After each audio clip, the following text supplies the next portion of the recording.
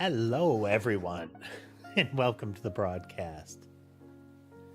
I see Drew is already with us, apparently returning from Kroger.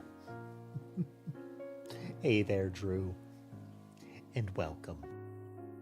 It's another coding day today. We're going to start something perhaps ill-advised, but interesting nonetheless. We'll see how that goes. Before we do, let's check in with the kitties. 4-mile round trip. I mean, it's unfortunate that it's a little far to walk ultimately, but that's still a reasonable distance. I mean, like by bike, that's a reasonable distance.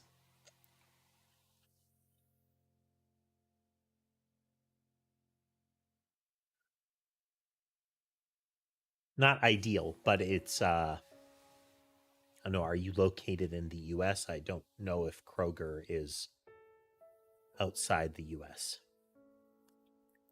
I know the Kroger has different names in different places in the US, but I don't know if it's outside the US. But at least in the US, walkability is a real problem. Access to facilities from residential areas is a real problem. You need a car too often, you know? But let's see here. We have Ember, Sky, Mason, and Sherbet, and Sammy. Any sign of Molly? Molly's under my feet.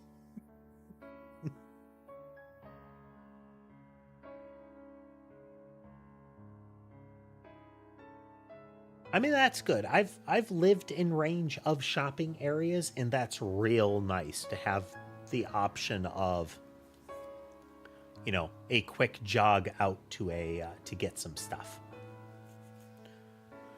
And hey there, Tass. So, let's see. We're gonna put that there and there. I was thinking about it, and I had kind of tossed the idea over to Tass to talk about it a little bit. But here, let's start at the beginning. So in the game, the core game object, we are currently setting up these messages, and then we pass them into explicit handle message functions in the like. But this has resulted in kind of a daisy chain of explicit behaviors that we have to deal with. So when I pass it to base entity manager, it's going to go into handle message. We are going to effectively switch on which message we got. And then we are going to do some stuff ourselves and then pass that message to all of our sub-entities. We're still probably going to have some daisy chaining going on in that an entity cares about the entity manager's messages, not the overall game state messages. But that's still okay. That's still okay. What I want to avoid are blocks like... Oh, where is it?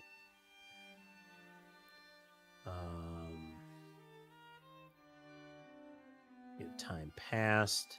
Here we go. Where we just like, okay, I got a message. I'm going to relay it to all of my children. This is an explicit call and is vulnerable to these entity removal things. Where because I have pulled that entity, if I try to invoke it during the loop, if I'm dealing with, hey, maybe this entity went away, then it's still possible that it will get this message unless I have properly sequentially dealt with it. We still want to be careful about when messages are received, but I don't want to have to always iterate over them.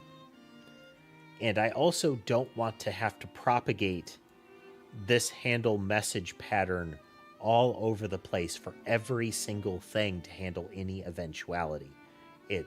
I put another way, I don't want everything to be able to call this message arbitrarily. Doing that would lead to some spaghetti. The bad sort. Tangentially, spaghetti has always been another one of those things that the type of spaghetti I like is kind of trash spaghetti, I guess. It's kind of like Mexican food. Whenever anybody's like, "Oh, let's go get Mexican," it's, for me, that's Taco Bell. And I don't mean that's what I associate with it. I mean, that's the kind that I like.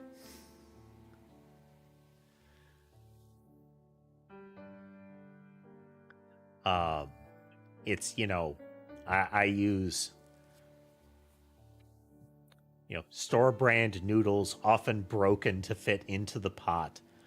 The only sauce I like to use is the type that is often described as, quote, sauce flavored with meat. Tomatoes have probably been like, the factory probably has some tomatoes on a plinth in the center of the process so the sauce can become familiar with what it's supposed to look like. Hey there, Code. Welcome back. But that no actual like tomato or vegetable remains in an identifiable form in the sauce process. So Code, what we're going to do today is we're going to restructure how we're dealing with events, which is going to be exciting. Now, I can't recall, can we do... I think if it's explicitly an interface, we can do multiple inheritance, right? I don't know, Tass, you're here. C#. Is there a clean way for us to actually do multiple interfaces? I thought C# only let you have one parent class and one interface. But I might be mistaken. In fact, I'm probably mistaken.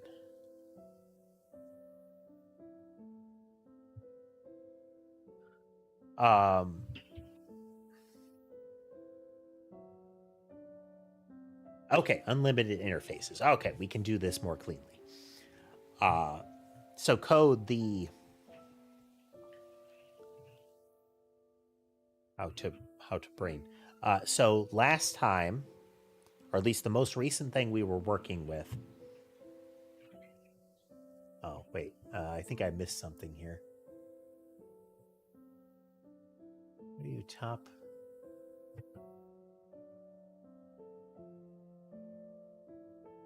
Cute. Cute, Drew.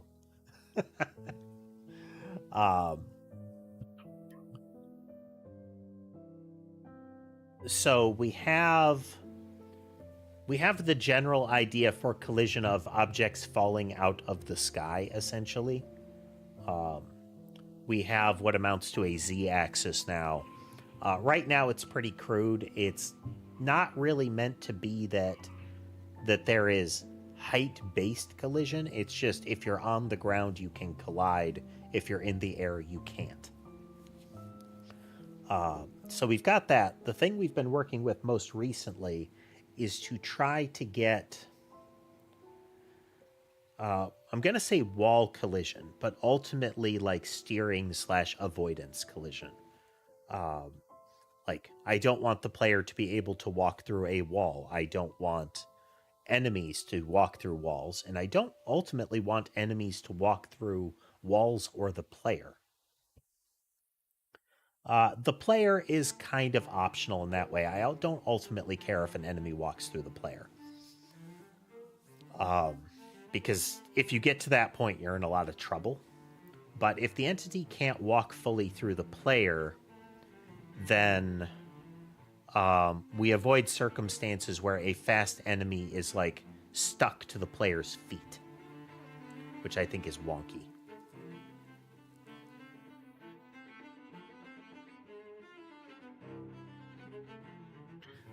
That is a interesting statement transition, Drew. A not even innuendo-laced statement followed by, I'm eating goldfish. Goldfish is not my favorite snack.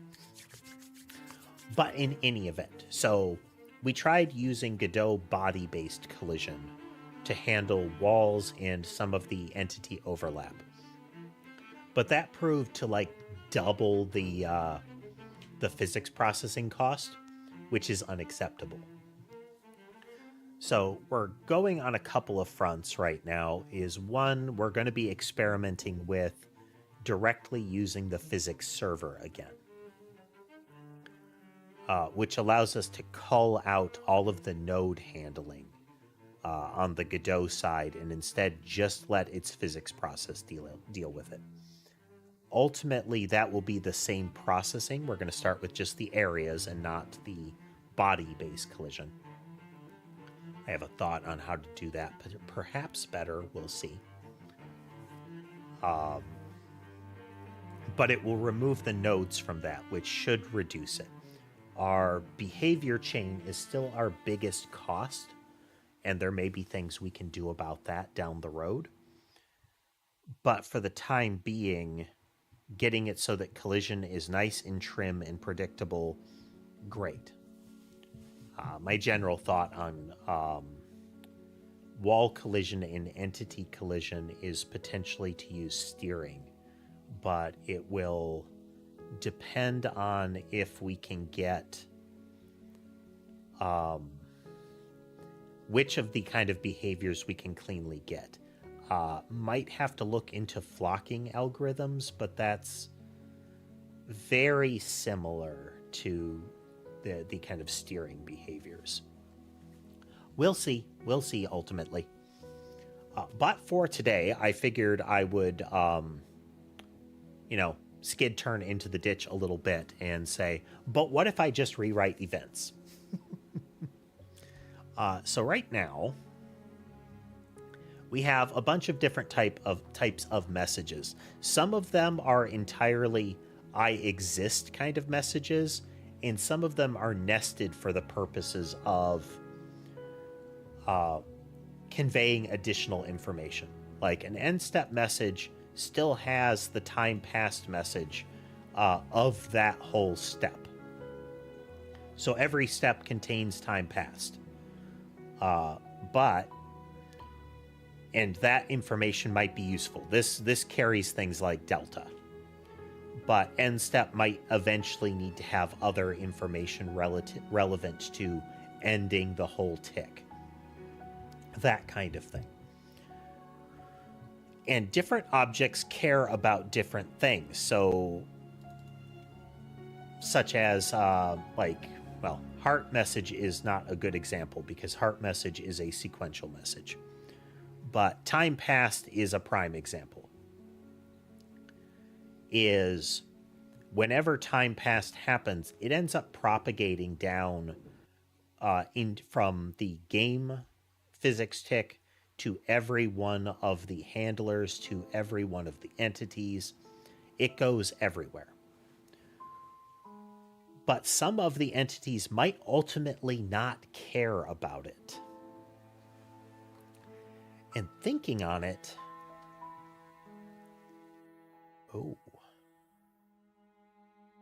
we'll cross that bridge later. I had a thought on how to further refine some of this to reduce some requirement for order of operations. But we need to be cautious of that. We need to be real cautious of that, actually. So that's a maybe later thought. But in particular, in Entity Manager, we get handle message. And inevitably what this will do is it will go through and say, okay, I got this message. I'm going to do stuff with this message. And then I will get some sort of result. I do need to figure out how to get the replies to happen properly.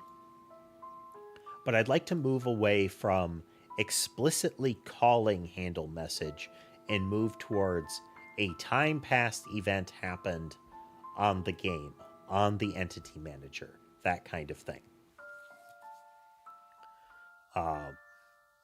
It is returns are the tricky part, because each object is potentially going to have variants on it. I think we'll have to see how this do. But I think we can still get a lot of this.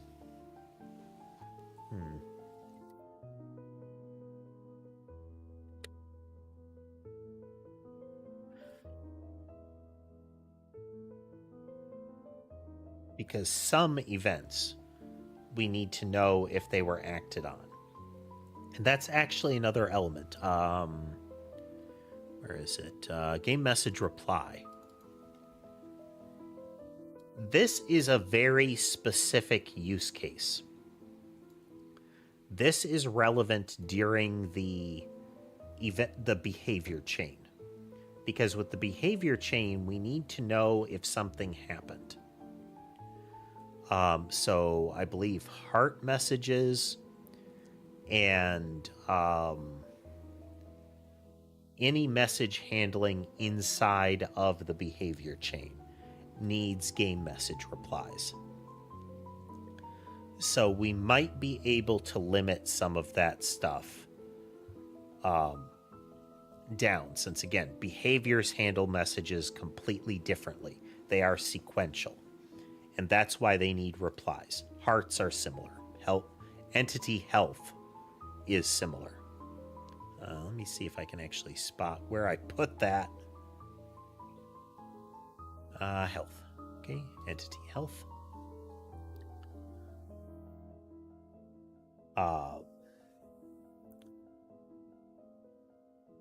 Yeah. So the when a heart receives particular messages, it is going to do different stuff with it. So add and remove heart is overall descriptive. You pull health on or off from the end of the chain. But if we get these health messages, those get run down the chain of hearts.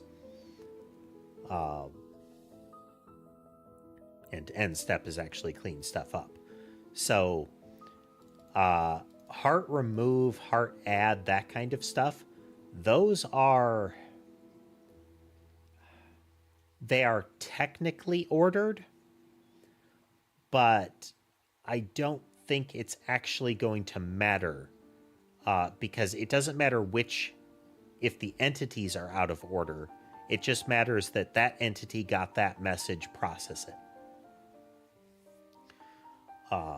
And I don't know that I want to deal with the nuance of very sequential damage messages that might influence the health total at the same time that damage is being calculated. Those two things are unlikely to add together because enemies don't get their hearts messed with, their health messed with as far as totals. Or at least I don't intend for that. That's complexity that I don't think the player needs to deal with. But the player might. But the player is likely to get and remove hearts outside of the direct battle. They're likely to have their health change during that process. So I could have discrete messages for heart add, heart remove, as well as even like health message. But once you get a health message, it runs down the chain, and that's where the replies matter.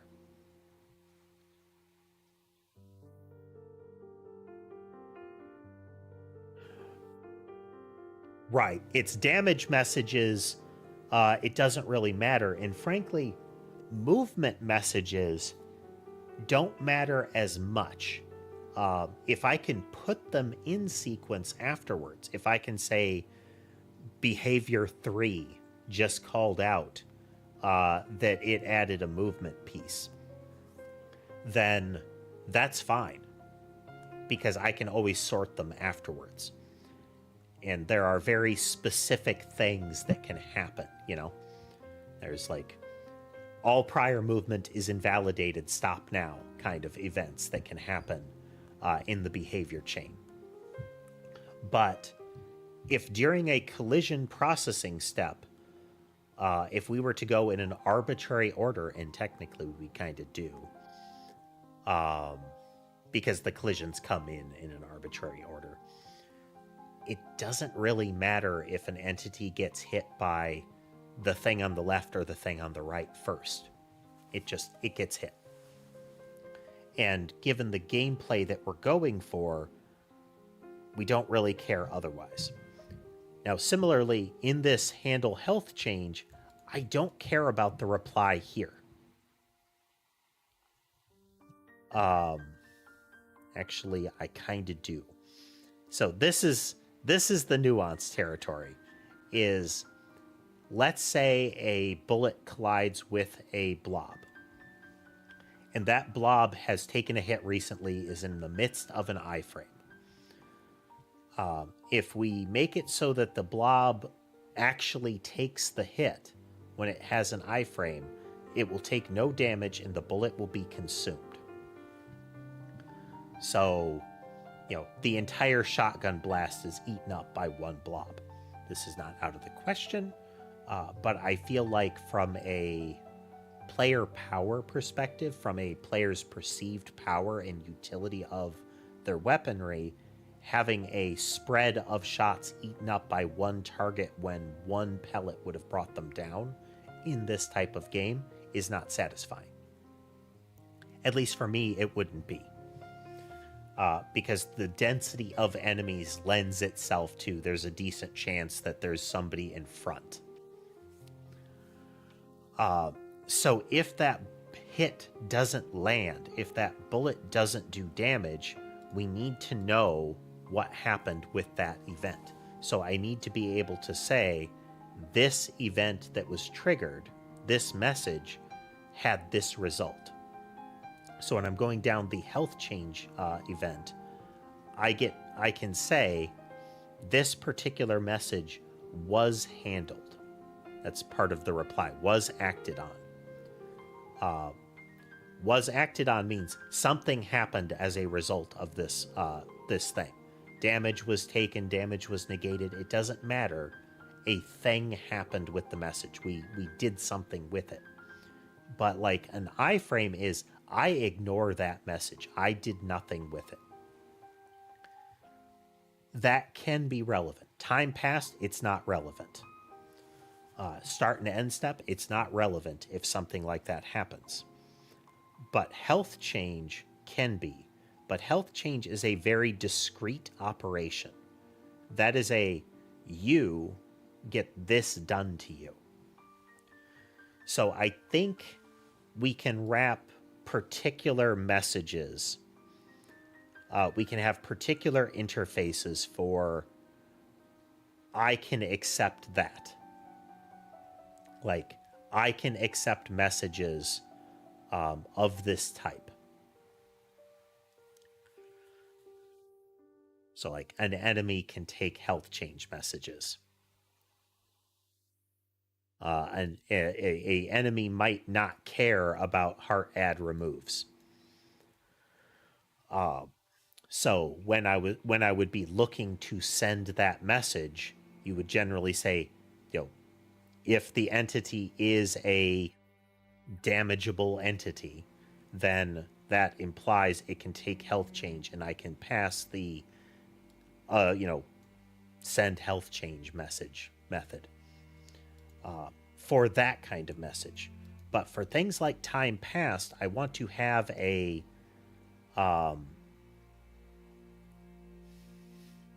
time passed event and corresponding interfaces for things that emit time passed and for things that can handle time passed. For the most part, handle time passed is just going to define a fixed function for this is where time passed is supposed to go. for pattern purposes. If it's a, receives time passed or something like that, or listens to time passed interface, there is a handle time passed method on that interface. That would mean this is where that message is supposed to go. So if you have a I listen to time past, I have a method that I can have that called into.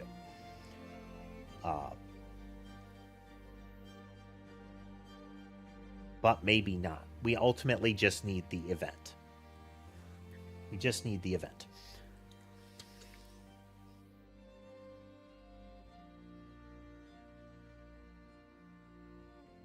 So that is largely what the interface is. Hey there, Lunar. Let's see. Did we add a canned food factory minigame where you send out poisoned food to weaken your enemies yet?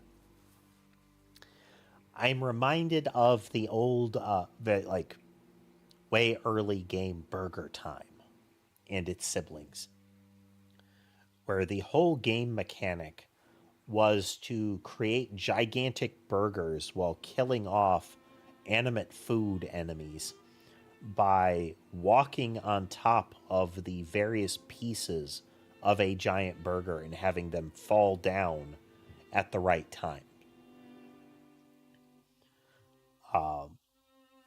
Which is, I'm reminded because of the whole poisoned food, because I feel like that whole operation is very unsanitary.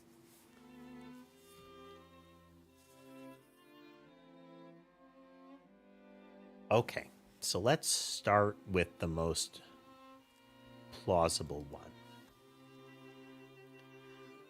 So, with time passed, the whole point of a time passed is going to be to relay it along. So there's a couple of layers. The game itself would send a time passed message. So it would have a delegate for that. I'm sorry, it would... Yes, it would have an actual event object on it that is, I emit this.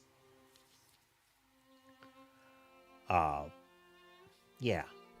And then other things that care about that can look at it, verify that it is a emits time passed, and can subscribe to that corresponding event.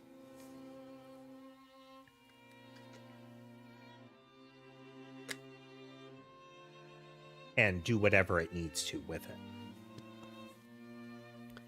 Okay. So in theory, we've actually got an interface coming up.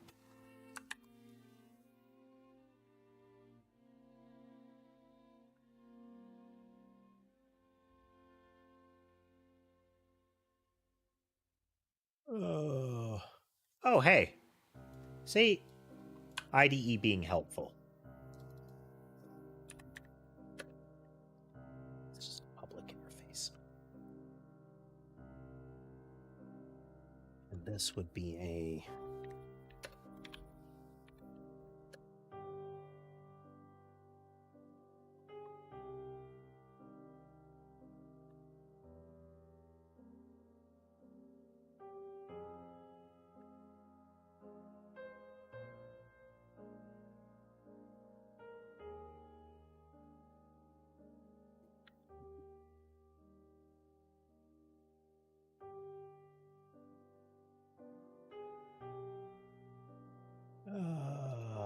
event.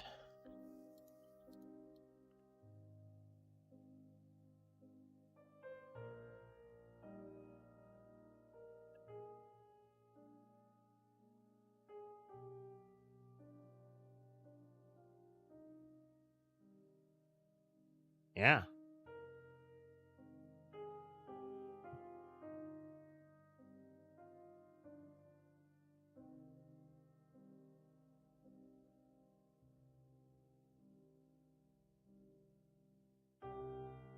So from within it, we should just be able to raise the time past event wherever we need to. I could add a... This would be a defined function, though, so it wouldn't really be an interface for it, but...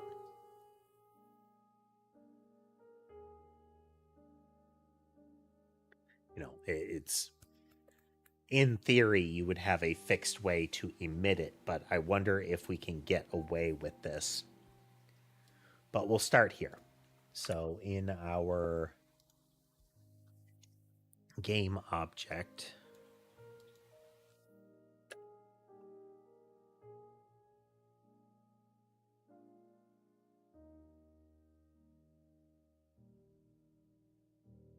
and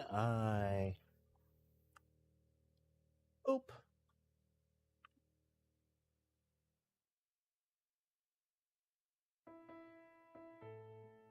There we go. So if we emit time past, we know that we have a time past event called time past.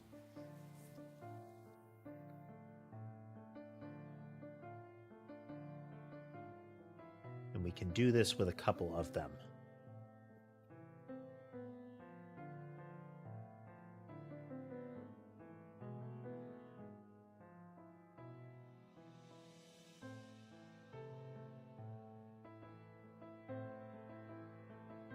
Lunar, if I wanted to do something like as directed by that amplifies, that makes, you know, essentially everything explodes, would be to more focus on enemies explode. So anytime something spawns, pin a death behavior to it. A trigger event that essentially says, if I die, blow up.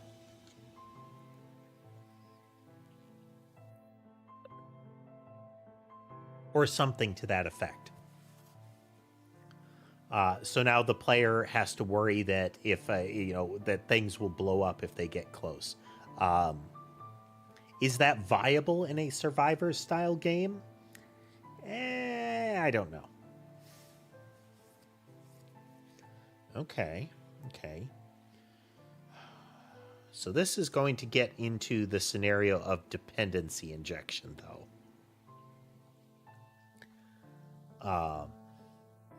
Because the game object is not readily available to everybody. The game object is essentially part of the core handling. I could make it available. And do we actually make it available? Let me just double check. It's been a while. Oh, no, the game is available. Okay, never mind. Eventually, I need to circle around and do actual dependency injection. This is kind of a Godot hack for it. But it's a hack in the sense that I'm not being discreet about the services that things need. I would still probably have something like this to initialize the injection. But making it so that the classes have, as part of their definition, would mean that I can actually have that cleaner.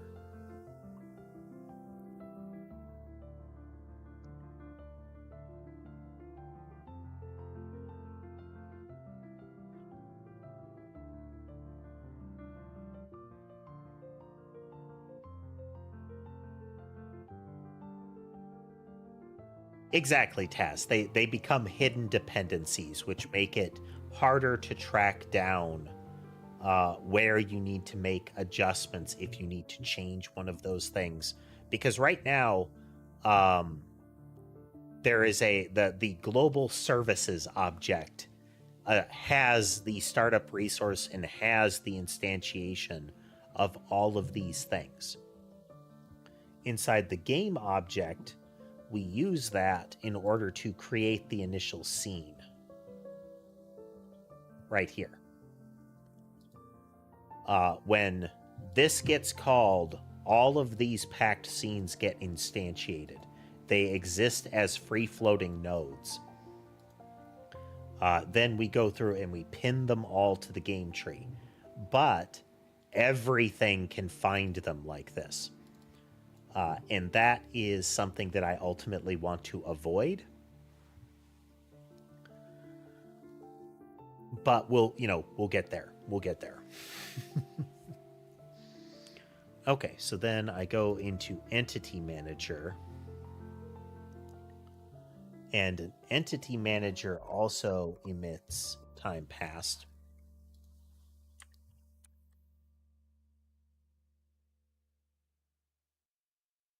Just so.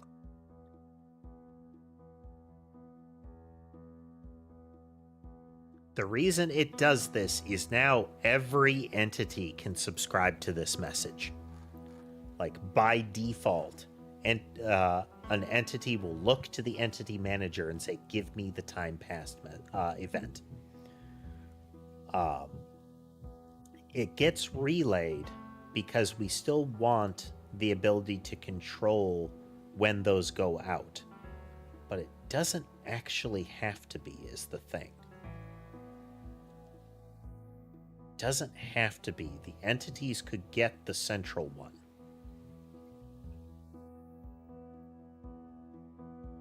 Because they don't actually care anytime. So let's step back and show.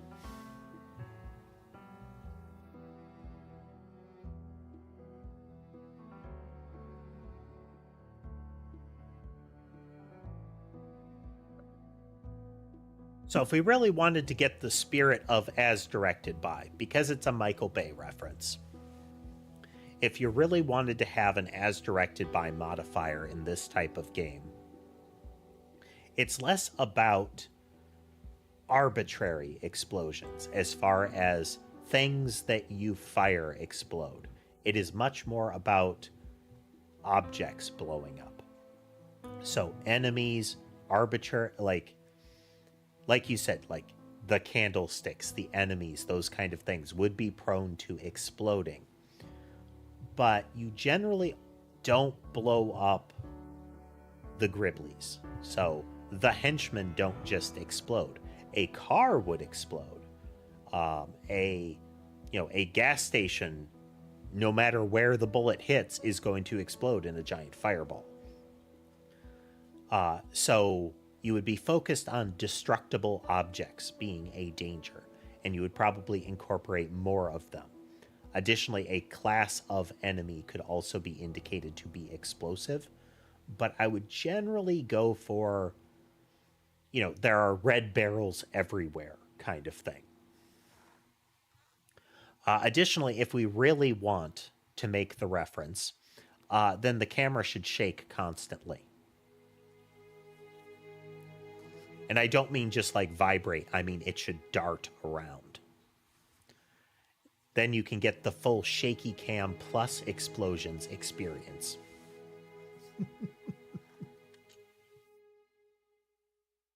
Okay. So, the Entity Manager gets a time passed message. It doesn't do anything with it. It passes it to the entities. They all get that message. The start step is a trickier one. And even time passed is a trickier one here. And we might still do the relay for this reason. Is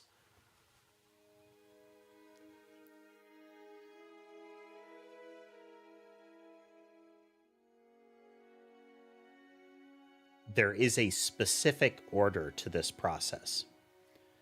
When the start step happens, the Entity Manager is doing its clean out. We don't want entities to get messages if they are being purged.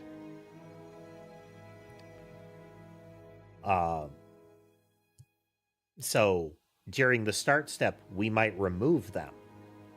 As a result, they end up desubscribing to all of the relevant messages. Hey, Marcia, we are in the middle of a bit of an esoteric sequence. We're doing some refactoring of how we handle our event chain. And I think we're still going down the path I was initially thinking, and that's that there is kind of a daisy chain. It's some things can listen to the global one. So all of the services / handlers are the ones that are listening to the game central tick. They care when the game does this. But entities care when the entity manager emits time passed. And this is the, I did a thing with this message, you may now do a thing. That might be how we dodge the reply. Might be how we dodge the reply. Again, we'll get to that when we get there.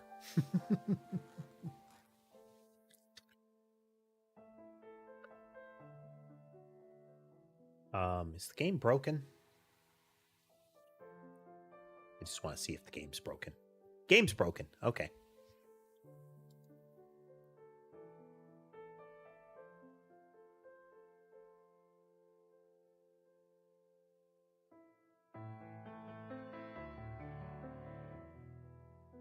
Is it actually broken by?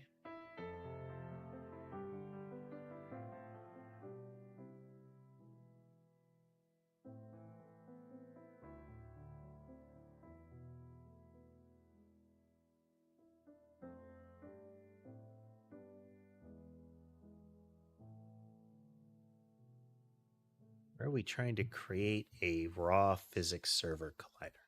Okay, I should actually look at the stack instead of stopping constantly.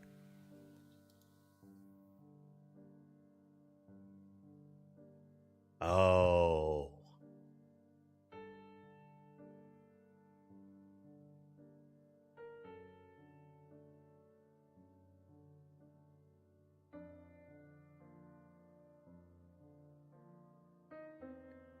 That is during the whole JSON handling thing where we're getting the various types set up.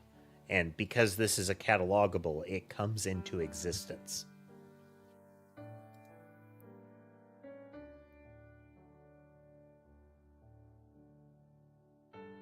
Oh, our body handling isn't working right now, which is why we're getting the send the yarn ball into orbit kind of behavior going on here.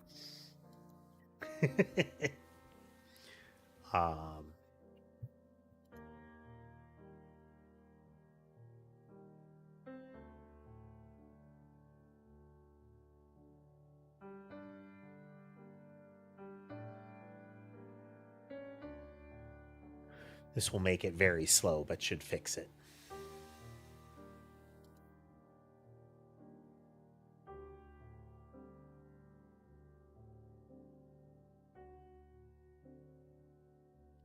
We'll get very slow in now.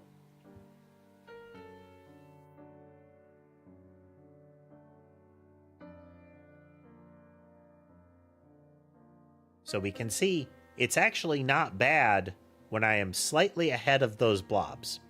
It's not great because they're still bumping me now and again and causing the collision.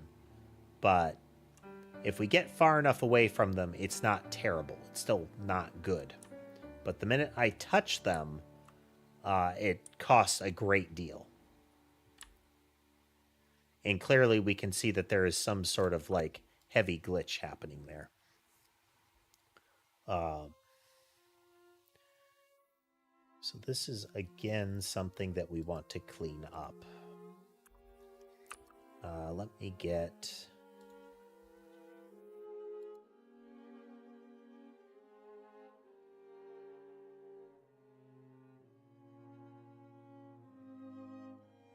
Won't do that just yet.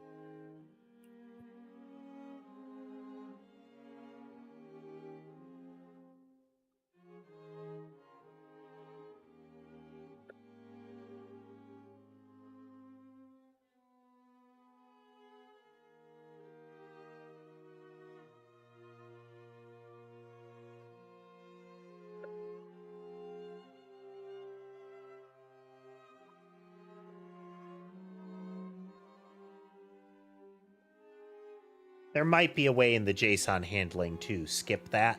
Like, let's check where the kitties are. Ember left. Let's do the reliable here. Ember's getting a snack. Switch over to that camera there. There tends to be 2 or more of them on that.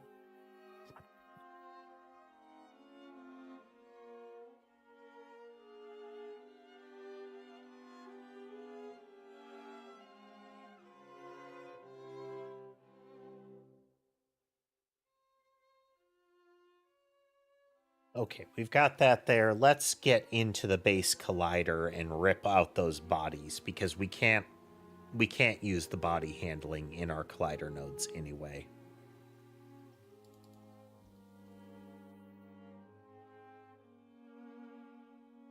Right here. This can't be. All right, break all the things.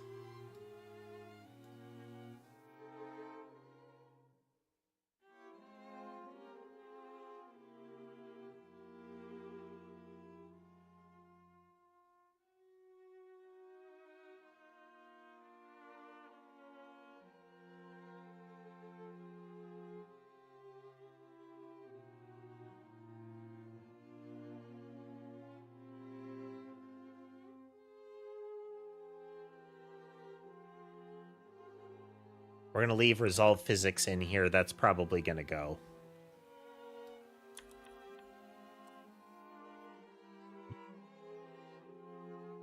I am ripping this out because it is a dead end. It's... We cannot use physics bodies given the number of things we're dealing with. Here we go.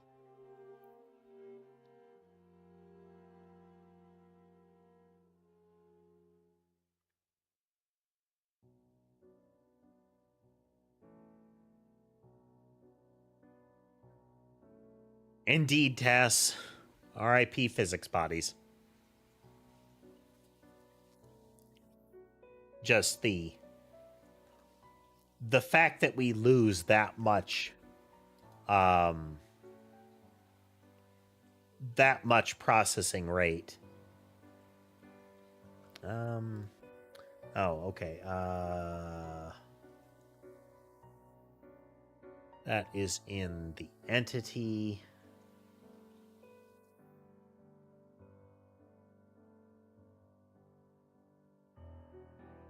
Which is in currently, and I haven't moved it yet, over here.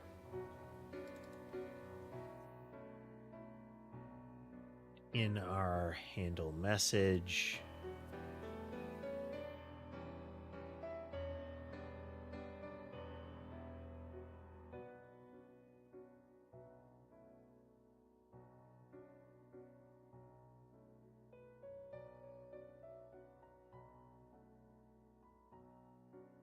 Hey, Daniel.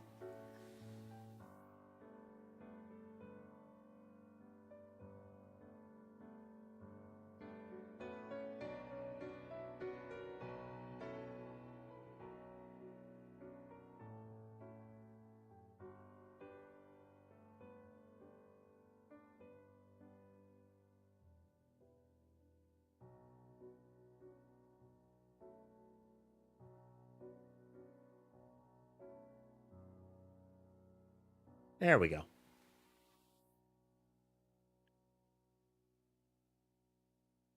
Hey, we're working on a Vampire Survivors style game. At the moment, we're working on physics handling. Yeah, you can see the real difference here. Well, it's hard for you to see the difference there between my ear and the stream Chrome. But we're, let's say, 250 frames per second at 800 objects is way better than 12 to 30 at 800 objects because of the physics bodies. So we shan't be doing that.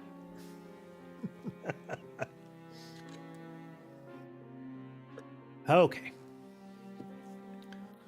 Let's get that in there.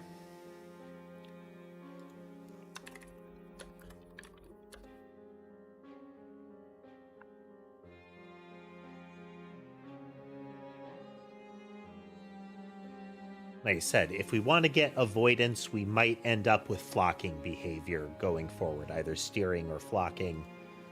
I'll need to find some good sources on how that is done efficiently. Because our raw movement is not predetermined. And a lot of the flocking relies on that, but I might be able to dodge it by starting with enemies and the player can't collide with walls and each other in certain ways. So that may allow it to work cleanly, because the player and the enemies frequently have very clear movement, but it's a starting point. It's a starting point nonetheless.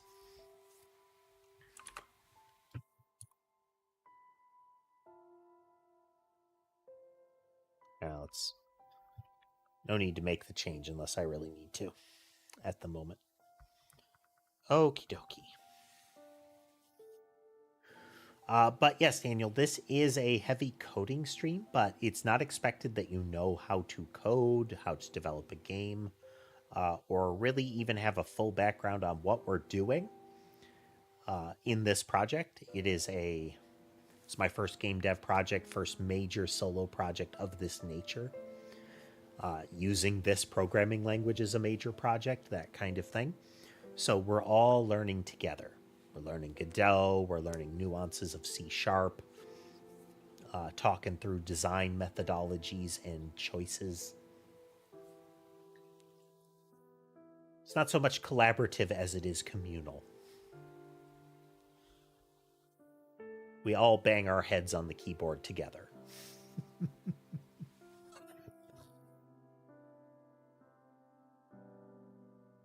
If you've never experienced it, you'll be able to see elements of the software development behavior, including the staring blankly at the screen, muttering to yourself because reality is collapsing around you for some reason. The how does it do that and why phenomenon.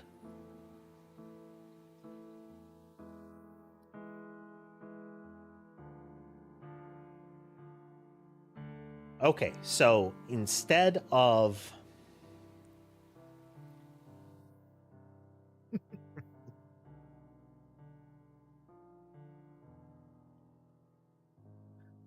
we've had a few, it doesn't make sense why that's happening, and then it suddenly stops happening kind of scenarios in this project so far, and that's always a ton of fun.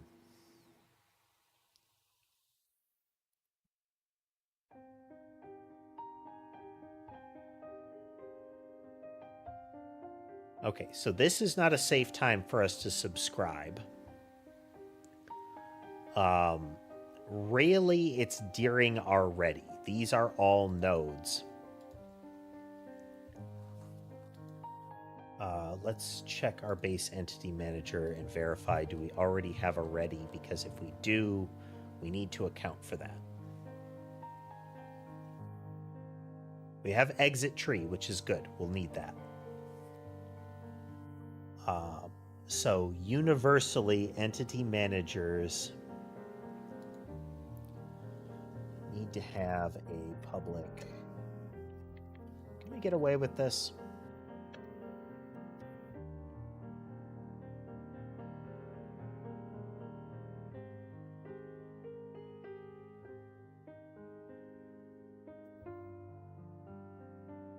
Okay, good. We'll be able to do this.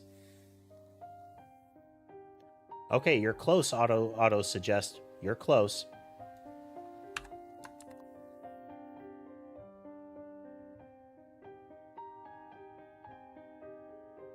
Okay. It is close, but because it doesn't no, it's game time passed.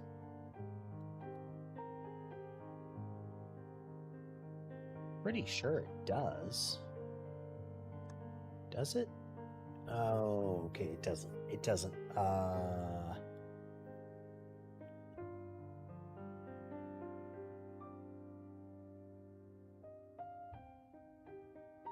Okay, we'll need to get that in there.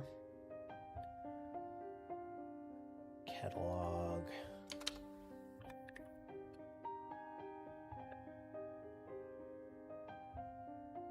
Game. The game is mine.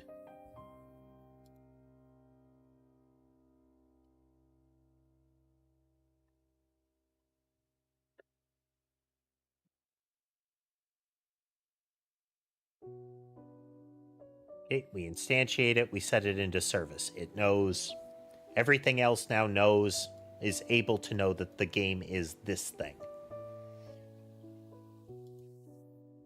Eventually, we're going to get around to dependency injection for that. Eventually.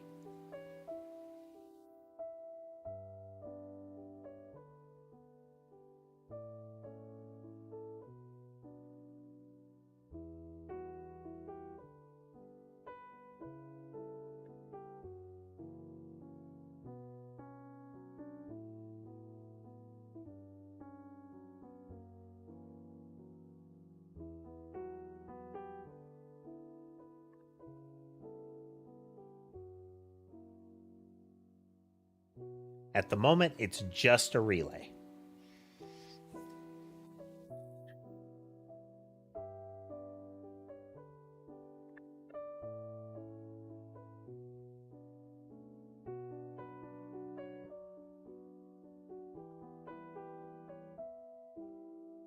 Yes, can't be private. It's to be protected or public. So then in base entity manager, we get a time passed.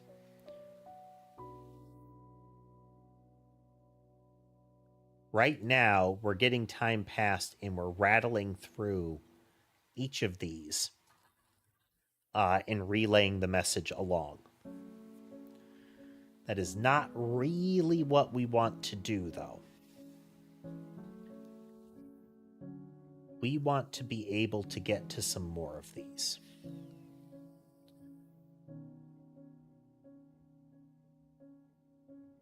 Hello, Molly.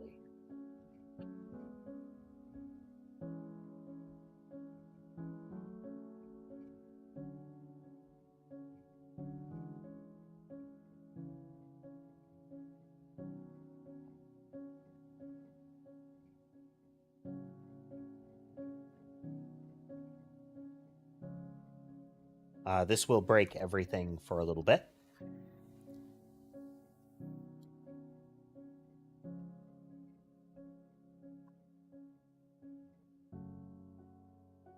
There is not? No, okay.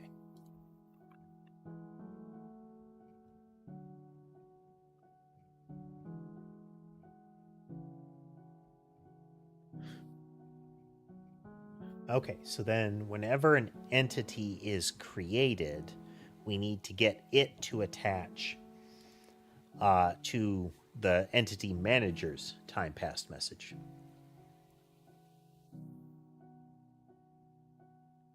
So when we go to our initialize enemy,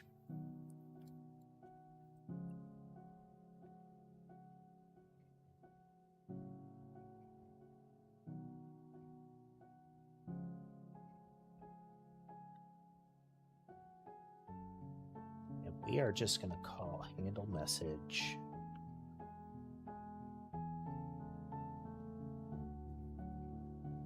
for now.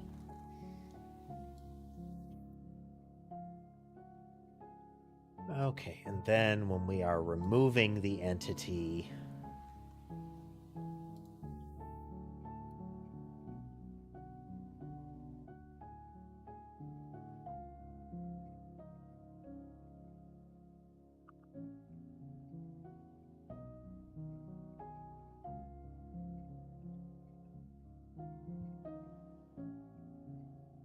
let's invoke remove.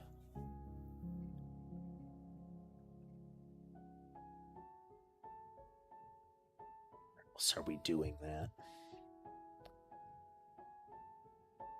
That.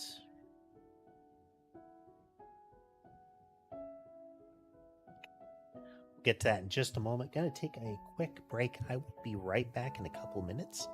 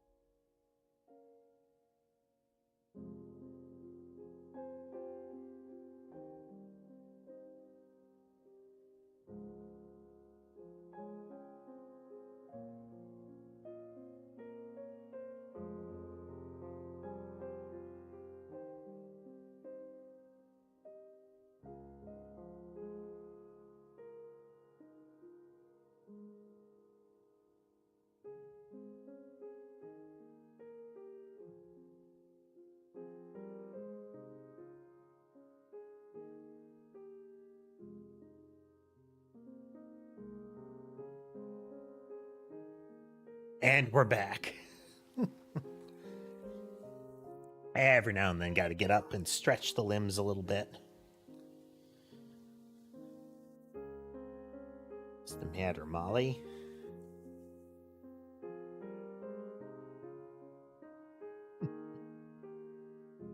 Molly's being cranky.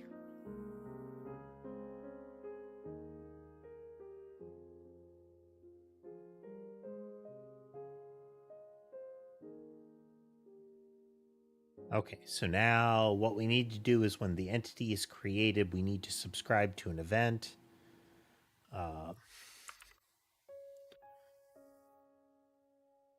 We doing plus equals.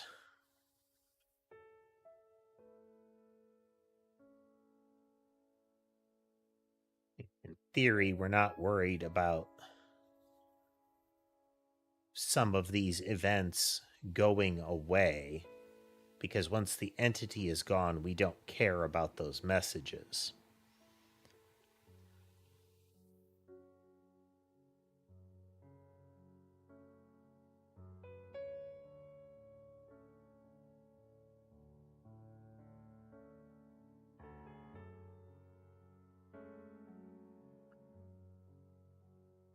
But there is a point, so let me see. Message, we do a startup.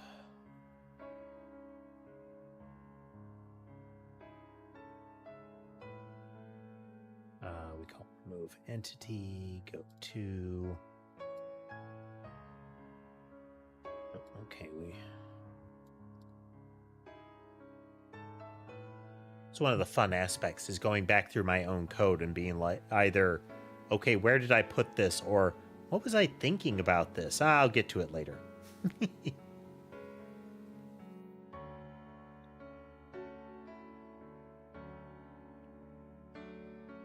Okay, we tell everything that we're being removed here. This is the actual removal process. Everything gets cleaned out here. Services, entity manager, time passed is equals.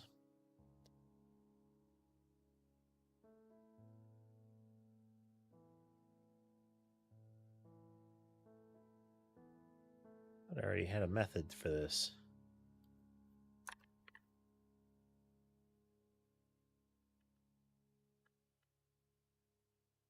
There.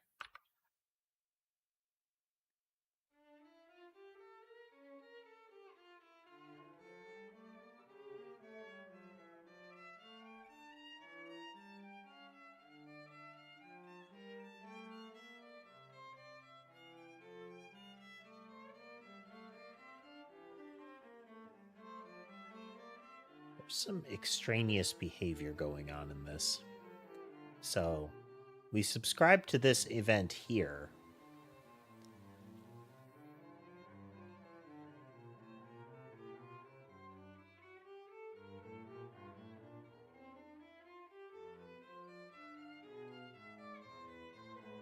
If our raw health data, or once it's set,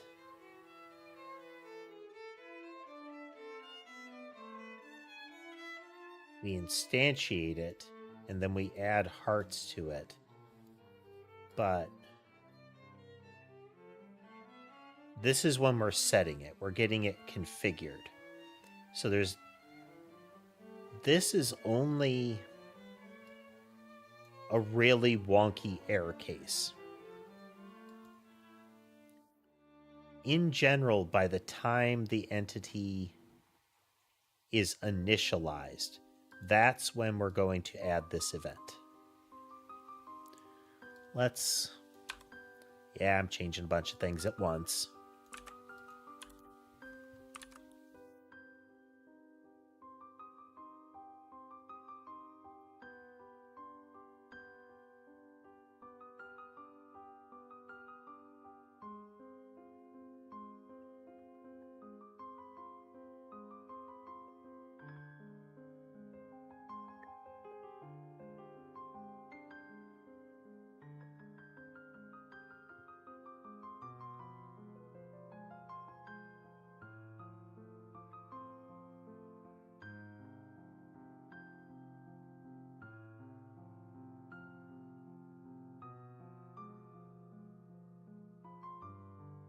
No, you don't. Quit it.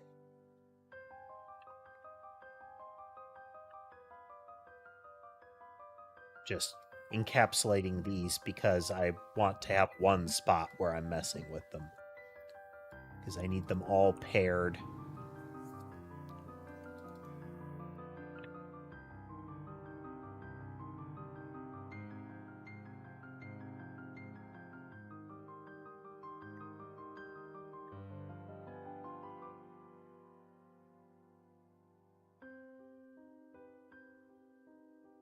This is probably going to go away as well. This whole entities to trigger structure. But we'll see. It is currently quite vestigial. Okay, 1, did we break it? 2, did we break it?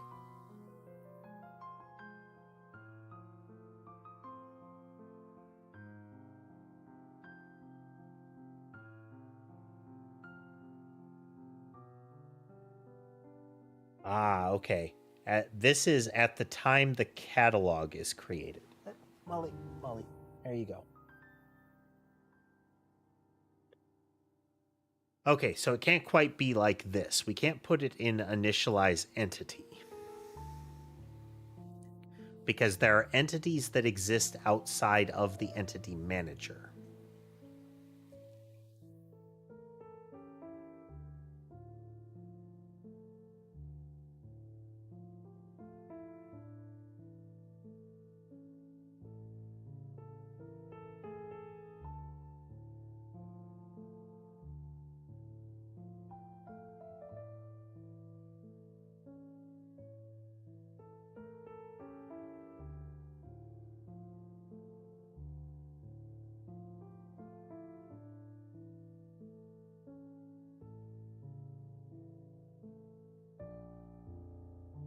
It is not active just because we initialize it.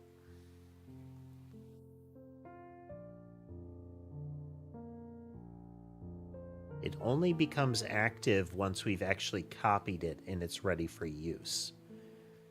So it's only the entity manager that should be activating them, because that's the thing that puts them actually in existence.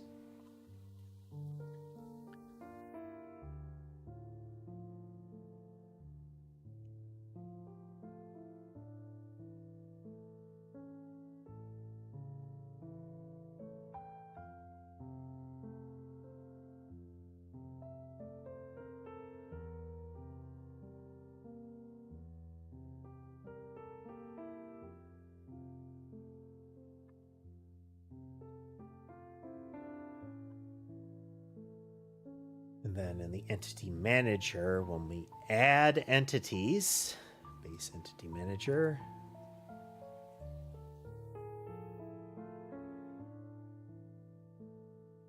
category, add entity internal. There, we say entity activate.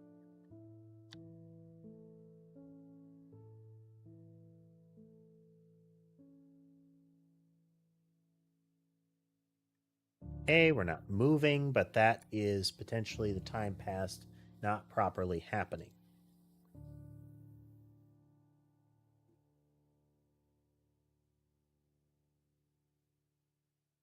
Child, accumulated delta, time passed.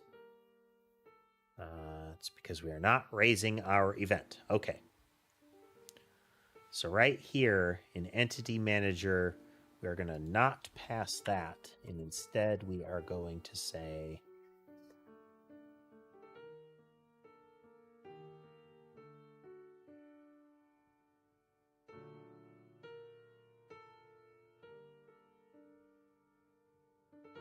that. This is not perfect.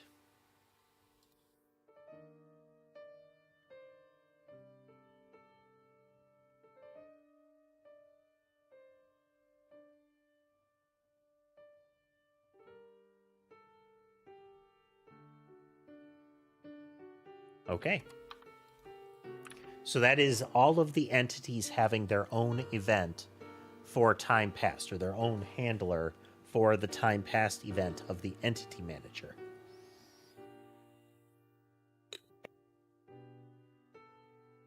We do it this way because the entity manager needs to handle its start and stop events before its entities do. I think this is fine because the entities only exist within the world of the entity manager as far as processing goes. If the entity manager goes away, entities cease to be.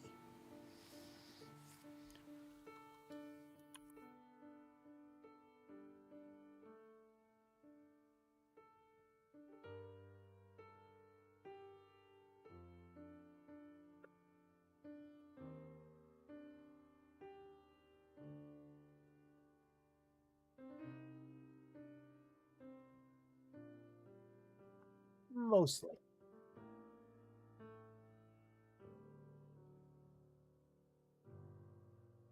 Okay, so then we go into entity.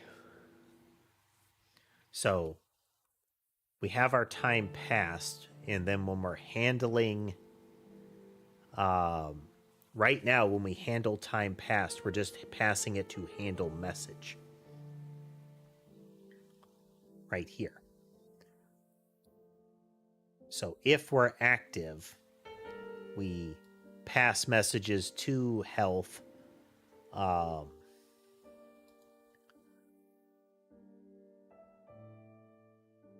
then we will pass time passed, which will do just this.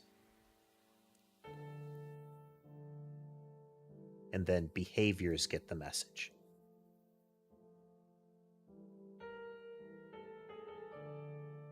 The entity doesn't care about the reply from behaviors. The behaviors just influence it as it goes along. I'm sorry, the behaviors use that message as it goes along. So we're going to keep this as it is.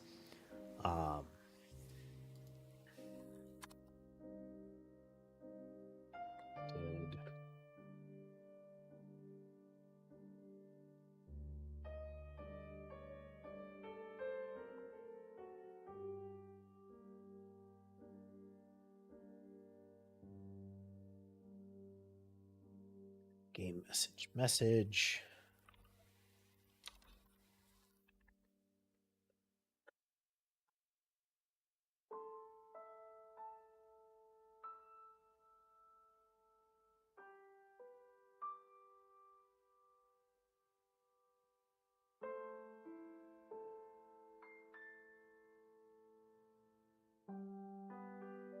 Yeah. So this is the relevant piece here during the loop, is if the message wasn't consumed.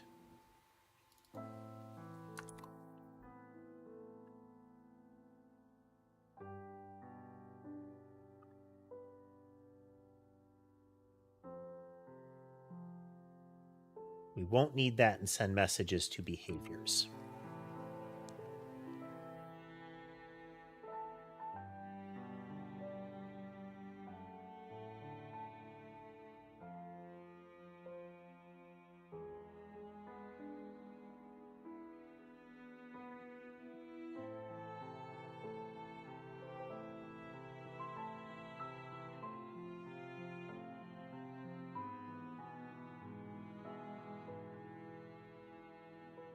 End step and time passed don't need a was acted on.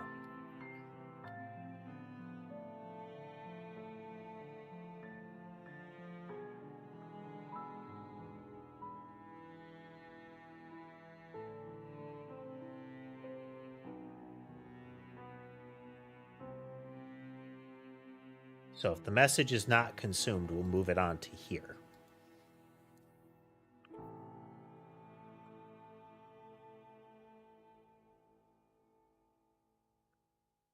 We are going to continue this pattern, though.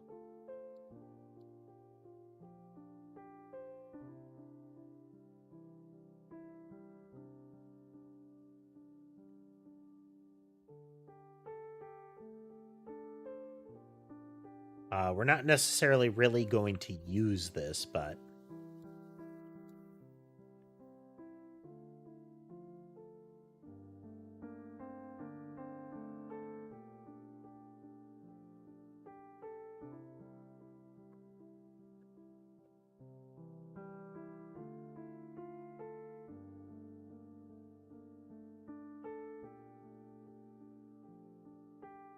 not really the best way to phrase it. Internals is a thing, but this is, in this case, I'm using it to say, let's just call it.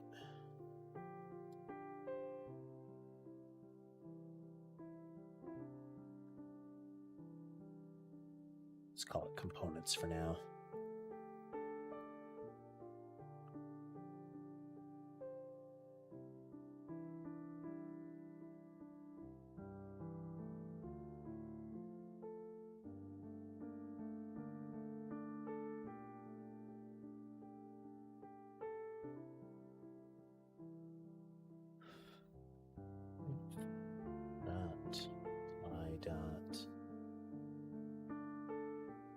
Is consumed.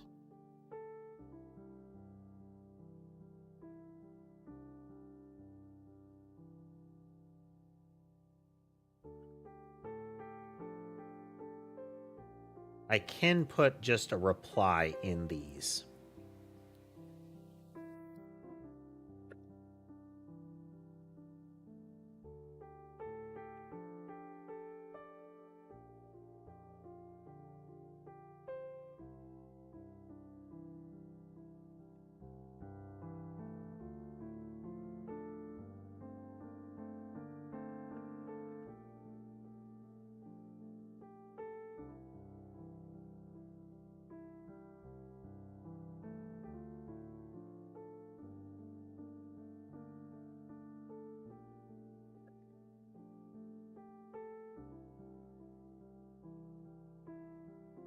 We are doing this to reduce kind of prior knowledge of how these flow.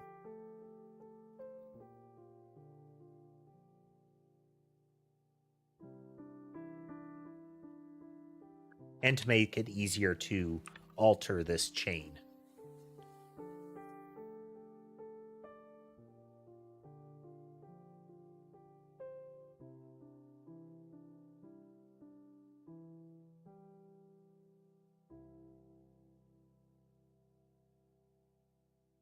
Okay, so when we get a time passed message,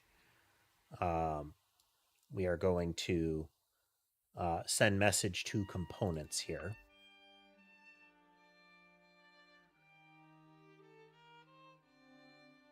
Oh, that's tricky.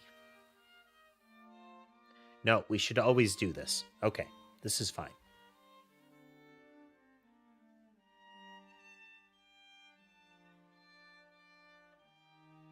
Entity manager, time passed.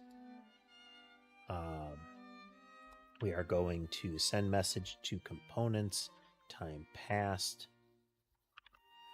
We're not going to call handle message. We are going to do explicitly what handle message does to this one.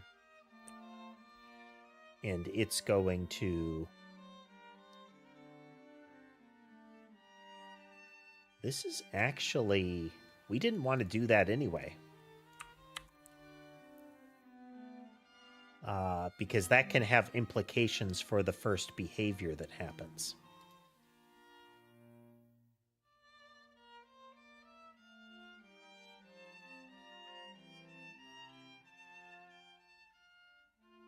Handle message.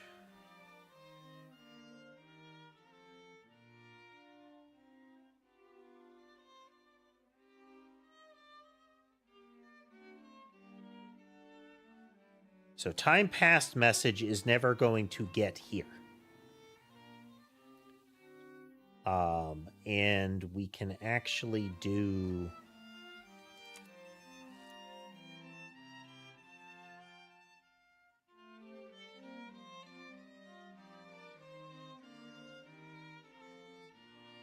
Send message to components.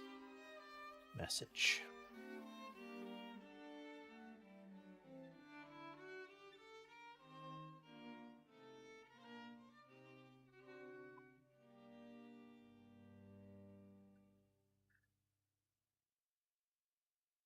This is not perfect because, like, this part is not perfect because the heart handling can eat the message before we would do other handling. But I don't have a use case where that would happen, because the heart eating the message is only currently relevant to behaviors. Run it again. Did we break it?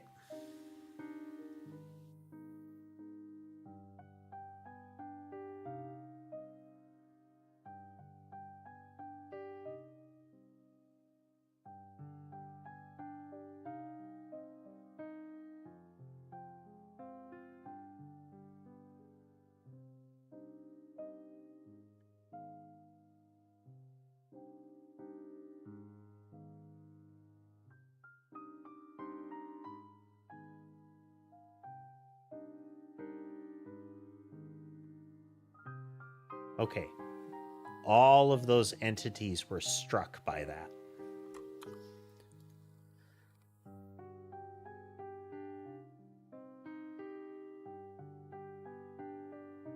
Okay. Let's see. So we're getting a health message. We send the message to components.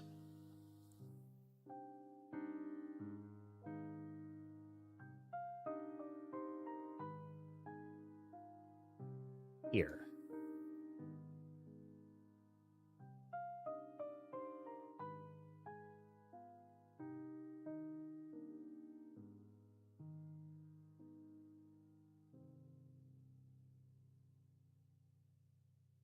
That won't do. We need...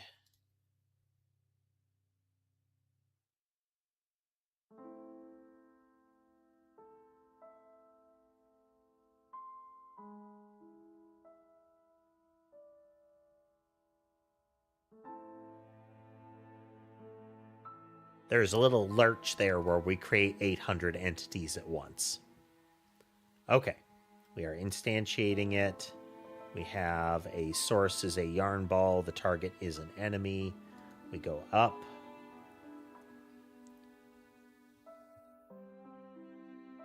We are going to send a health message into the target here.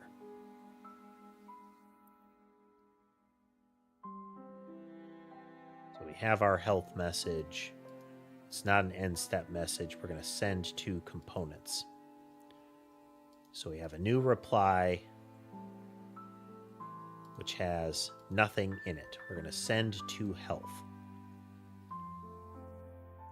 Step over. Our message type is we have health.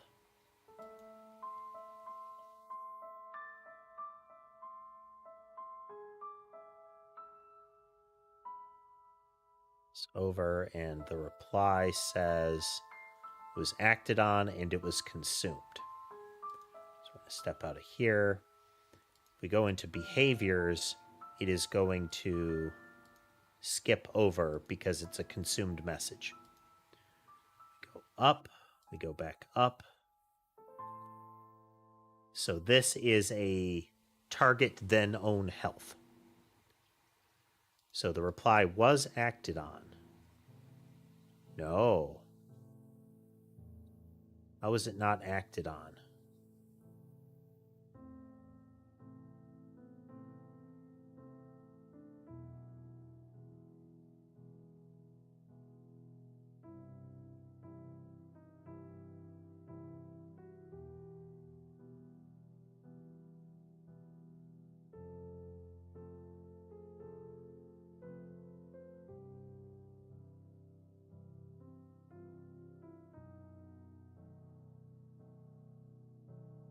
Non-end step.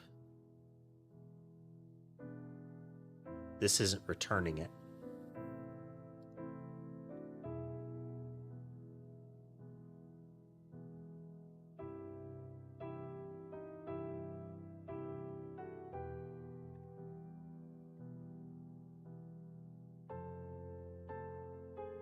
So then whenever we call this, should be dot merge Again, this is one of our tricky elements here. Is again, some messages can be stopped. Specifically, things like health messages, technically time passed messages can be stopped going down a behavior chain. But it's only once they reach the behavior chain or the heart chain, which is this is where it matters. So we still want the handling to deal with replies, but we need to be very cognizant of, while we're building this, is this a message, is the message at this layer stoppable? Because if it is, events aren't great for it.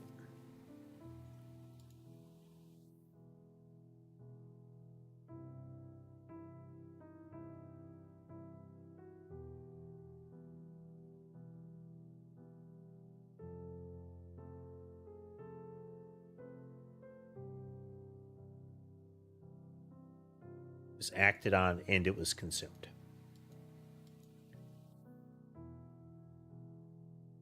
Collision limit is 1. We're now waiting. Our collision count is now set to 0.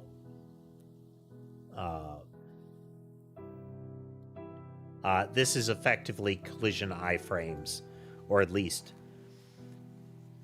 if the object were to survive this, then it will only hit this many things during this collision. So now we do our self-damage, and the reply is, once again, it is acted upon and consumed.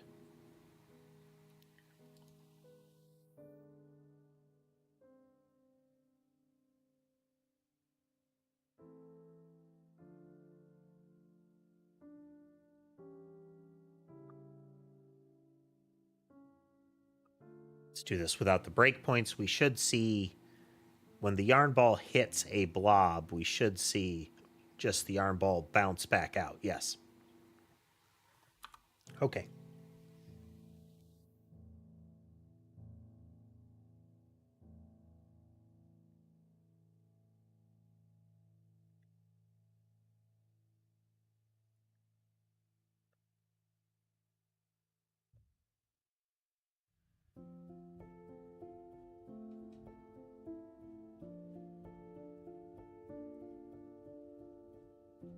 Okie dokie. So now entities will get their event from effectively all the way up from game, but it gets relayed down step by step. All right, so then we look at the game, and the next message that we've got is going to be the start step. So we're going to go back to our messages. We're going to do the same thing.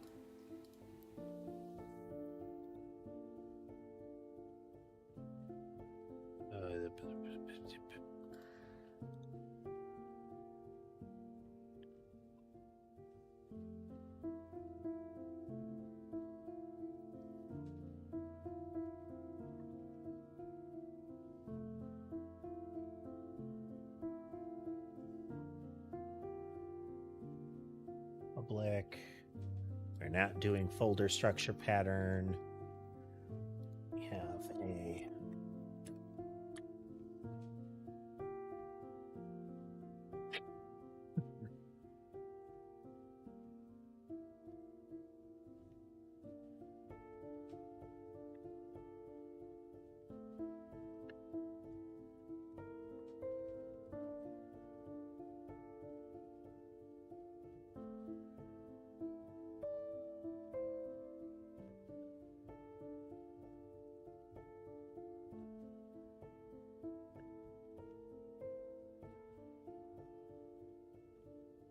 okay, and then our game is going to have that.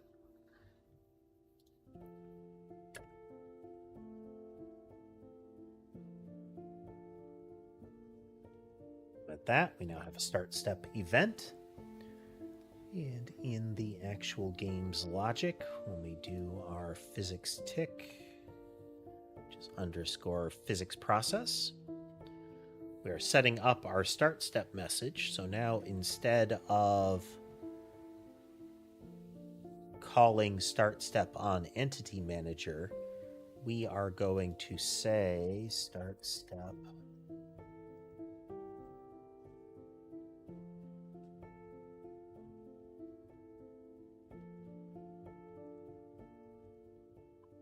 that it is start step. Okay. This would break everything, but we're going to get there. We're going to get there. We are going to say entity manager. We're going to check for entity real quick. It's not looking for a start step. It just says one time passes. Start step may ultimately be useful, but entity doesn't currently care about start step. Base entity manager during handle message, it does care about start step. So this one, when it sets itself up, we need to add that event.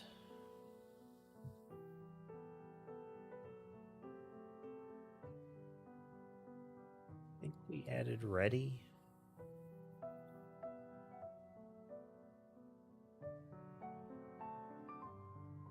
Oh no, entity manager.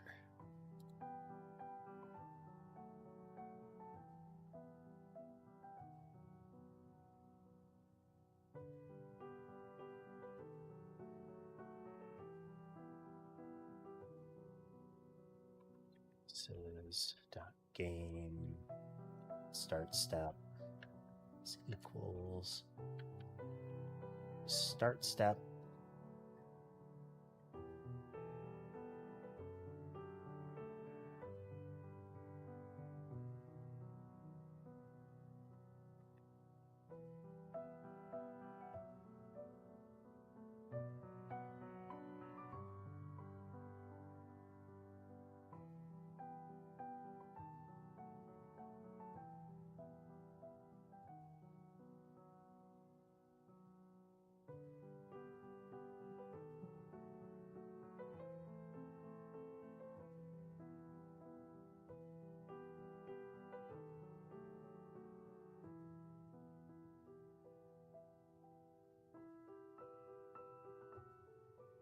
void.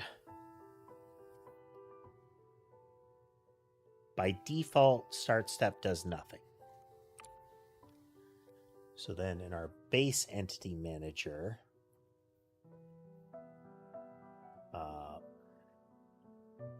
really are going to need to clean a lot of this up, but affected override game start step. Call it base. Then we go into our handle message. And we're going to go through all of this.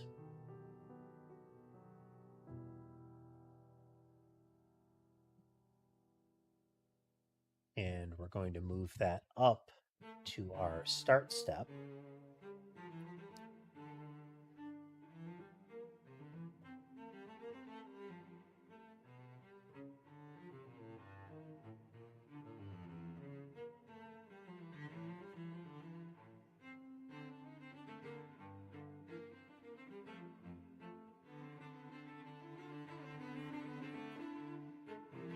All of this.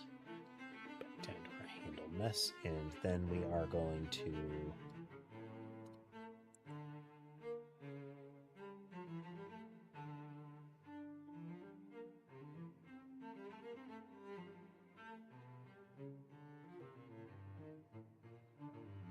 doesn't have a send message.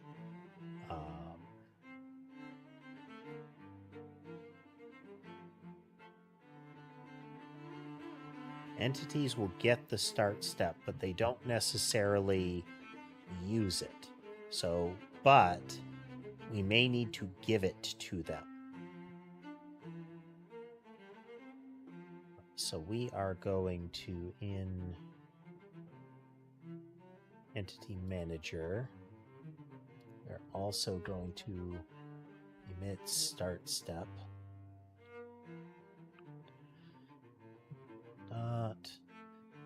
interface, then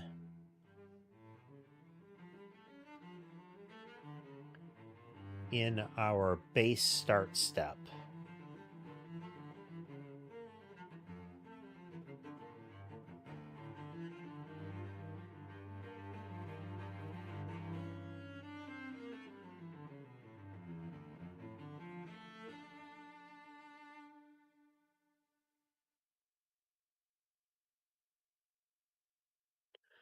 right now, time passed message can be overridden, but we would already have invoked that.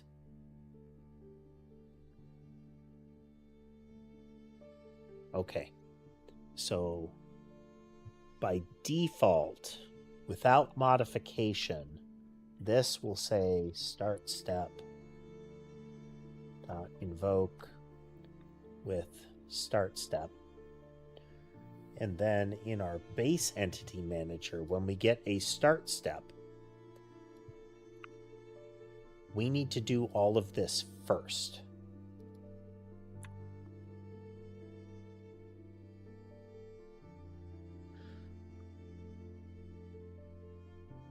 Because anything that cares about the start step after this, any entity that would care about it, anybody listening, we need them to be ripped out if they're not supposed to be there anymore.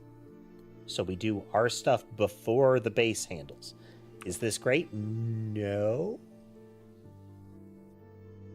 But we know anybody listening to the entity manager is dependent on entities, whether it's when they're added, removed, something like that. So we need to make sure that any entity that should go away or should appear is already present, or that's already been handled by them. Sammy has come to sit with me and is thus obstructing the left third of my vision and occupying my left hand entirely. I can move my right hand, but if it's not being moved in order to give her the proper attention, then she will squirm around and yell at me. Isn't that right?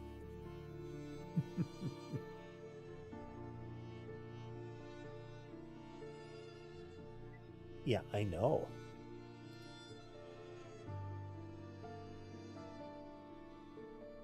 Okay.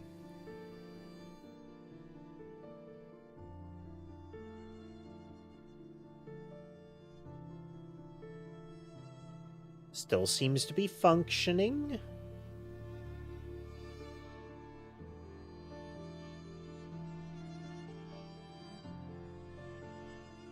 Start that again. I want to pay attention because sometimes bounce movement is a little hard to see. There we go. Okay.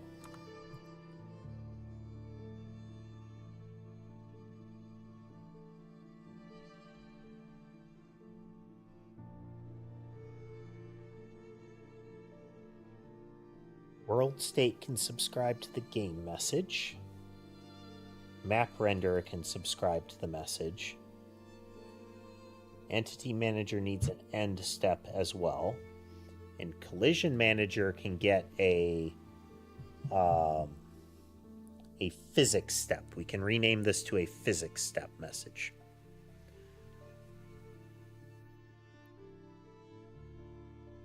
So the physics step is running into things. The time passed message is how I'm going to be moving during this time.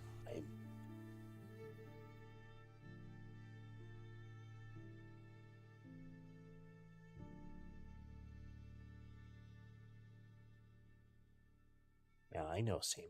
Interference by cat. Let's turn on the cams for a minute or so while I give Sammy the attention she deserves. No, I know. I'm moving this hand and you don't appreciate it. It's a problem for all of us. But we'll all have to deal. There we go. Okay. So now we need... We're going to change it from resolve physics message to a physics step message.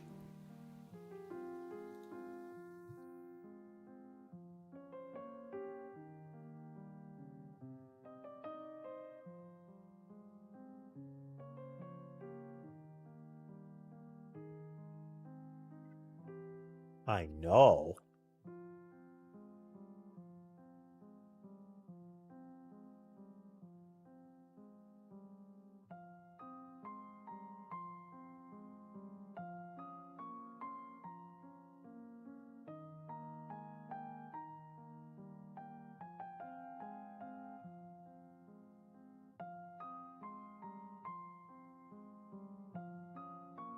So ultimately, what we're doing here is that we're reducing the number of things that might not care about a particular message. So every behavior still cares about time passed, but behaviors don't care about most of the message types. So they don't need to get them.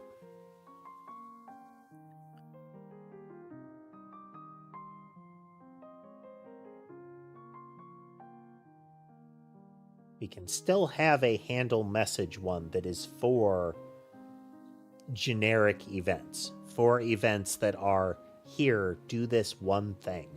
But those events will not be...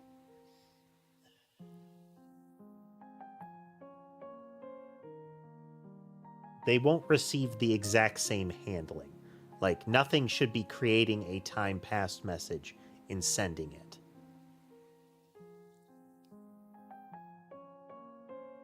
I might have to have a master, like, static function for validating a like, is this a handleable message kind of thing.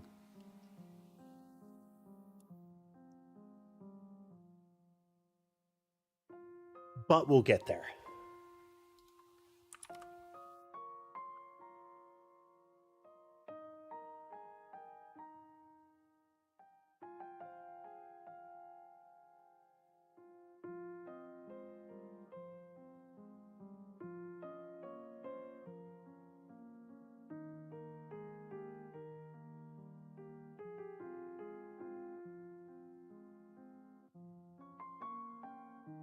Okay, so now we need a emits physics step.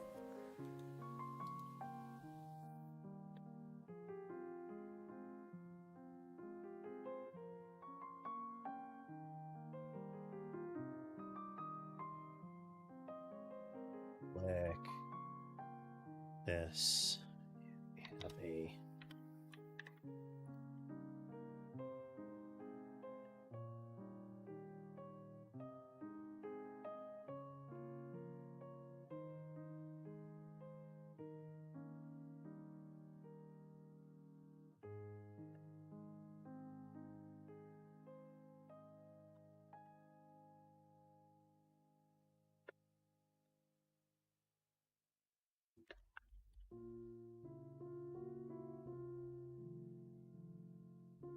Okay. Game will emit physics step.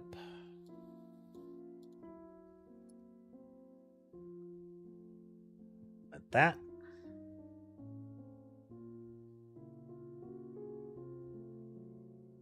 Getting enough interfaces that we're going to switch to this indented model. Okay, so then our collision manager is going to care about that element. So on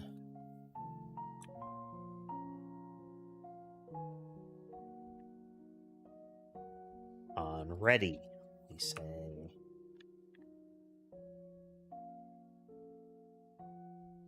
oh, that's true. Boop. Oopsie. It's hello Sherbet. Sherbet shows up on the side table a lot more often now that I that I pulled the canvas drape off of the little doormat that I have on that edge, because he likes that texture and likes to pull at it. Now, Sherbet greatly resists having his claws clipped, so I have to pay attention to that, since it's not a high quality rug. Or at least it's not a cat resistant rug. And his little sickles will slip into it real easy.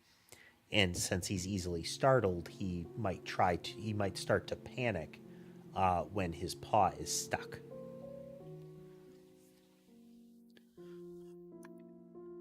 Game dot physics step plus equals game physics step. So I'm going to call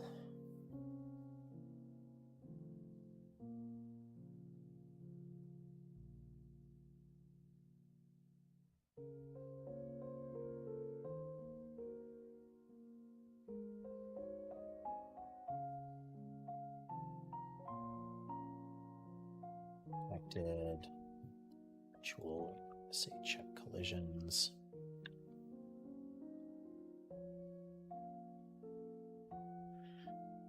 That will break the game object. There.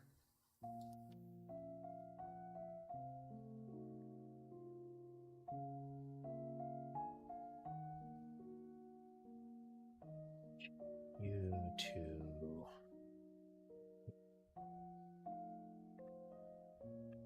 physics step for clarity.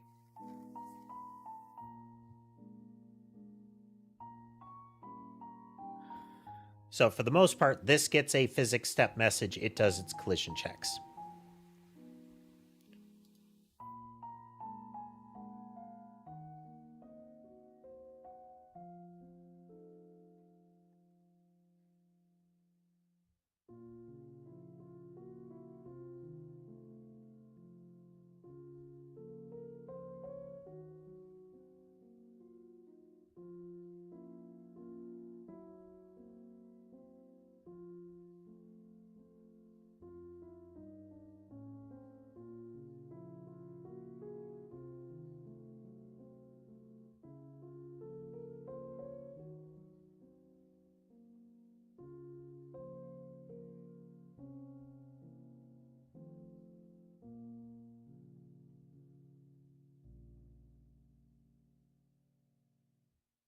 Diagonal movement is from the player is currently faster than cardinal movement.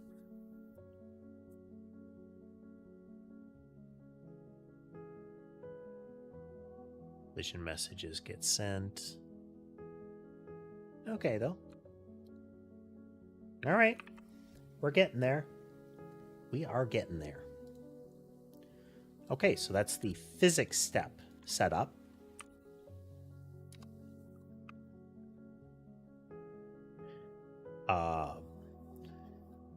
Next, we'll need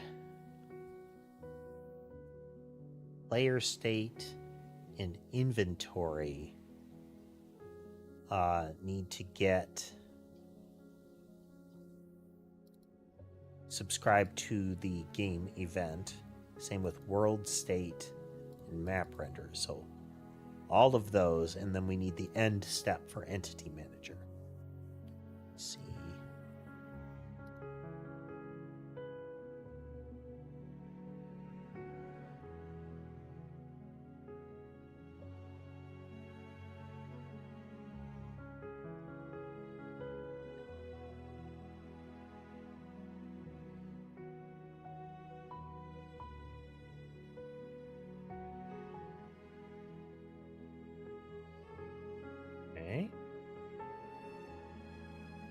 All right, let's get the time passed in these others. So we're going to go to player state.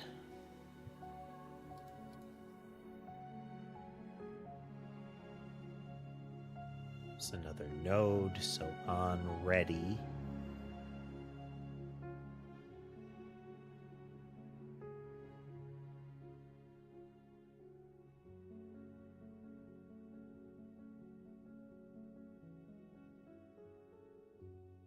So this is, we are added to the tree. By this time, we're ready to go.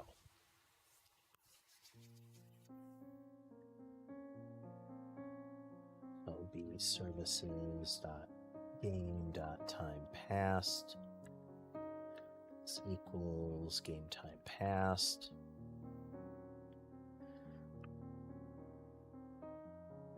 This is a protected virtual void game time passed, which by default does nothing. We're going to remove this. We're not going to be calling update.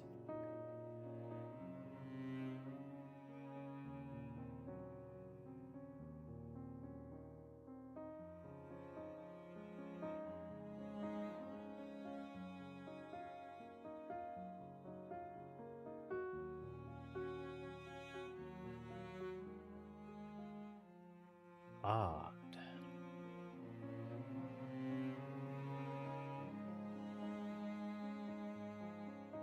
Player state received update. By default, update did nothing. Oh.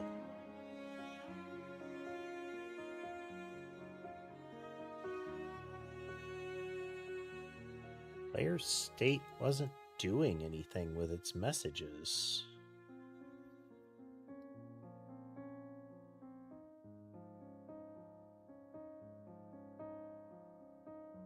Like, in theory, this is what was happening, but no, we were never sending a message to it. Interesting.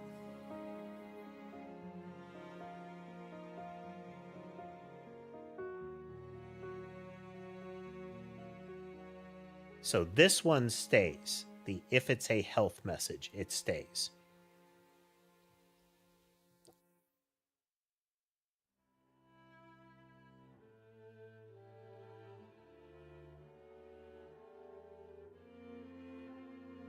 Override. Game time passed. Space on game time passed.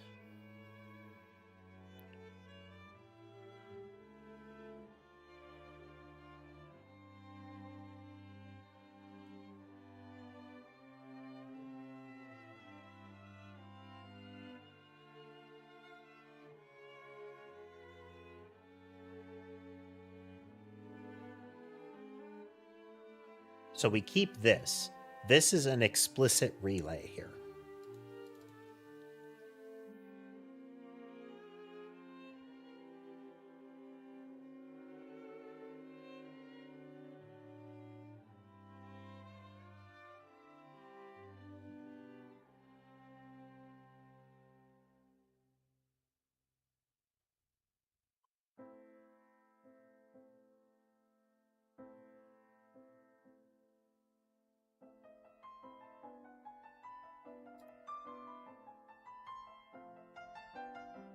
Still moves around. Okay.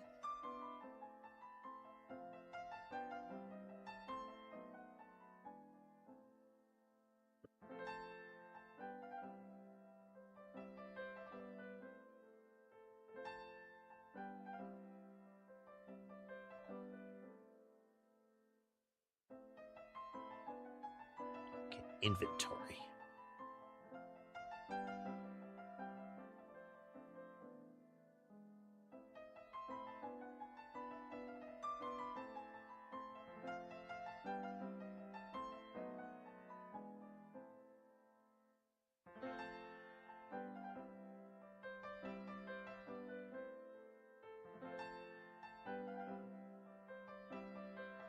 So this is game dot time passed. This equals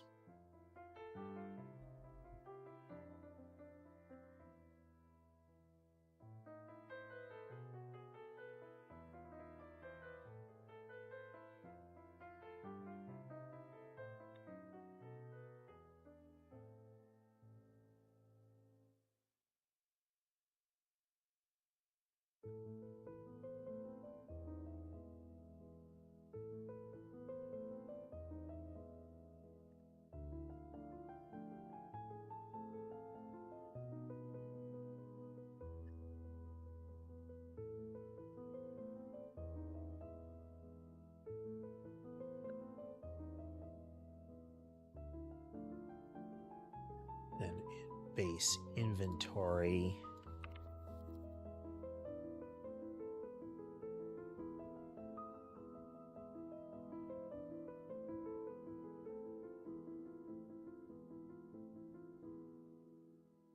Our update call, so our base inventory has got to, yep, okay.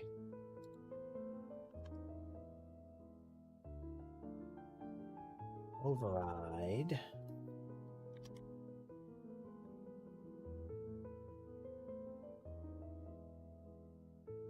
So we update.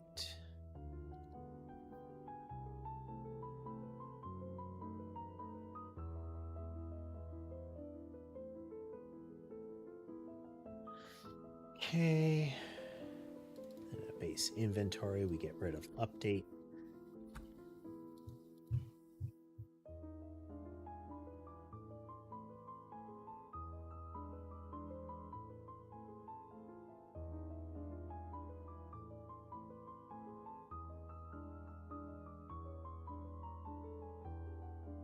Raising that event will now cover inventory's time passed.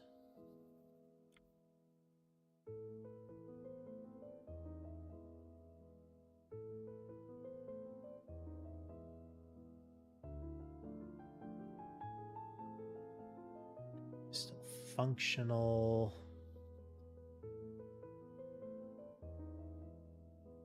This is the tick rate thing for your weaponry.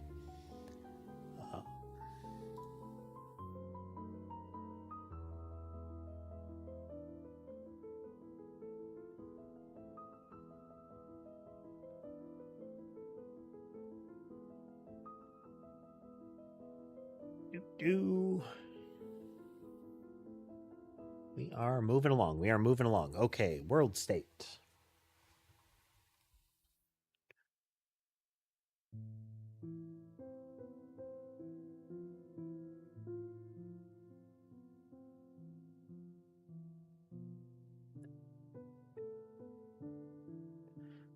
It's ready, and sources.game.time passed plus equals game time passed.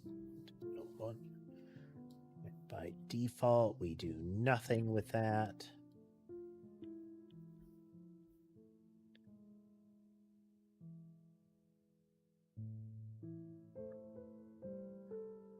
Say protected virtual.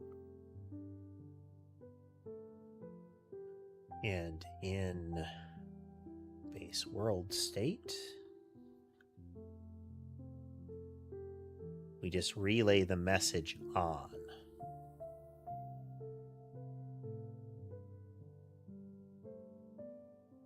Then in level,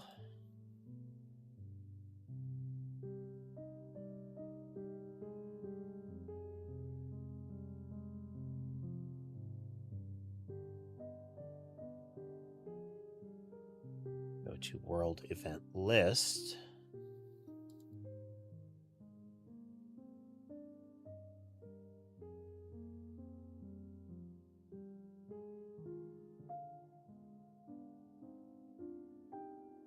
All these should currently only care about time passed.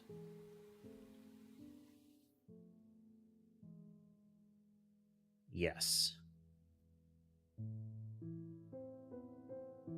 Okay, for the time being, we're just going to relay that to our world state.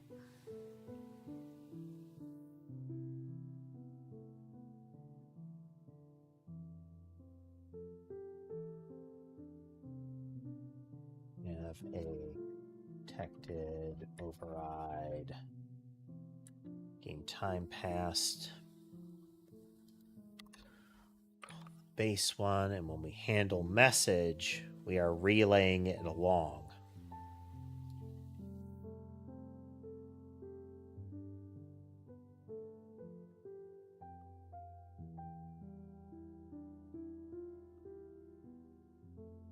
We don't care about the reply here.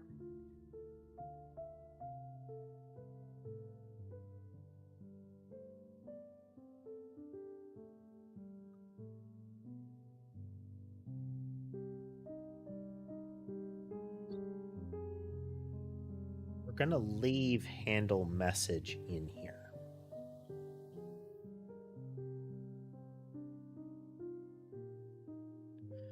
I don't know if I'm going to need this, but I'm going to leave it for now. Again, this is when it's handle message, it is you pointing at something and saying you specifically get this message. So you, this specific entity, is going to take damage. Or, group of entities, but you will iterate over each of them and hand each of them that message. Handle message is not for iterate over all entities and give each of them a message. Ideally.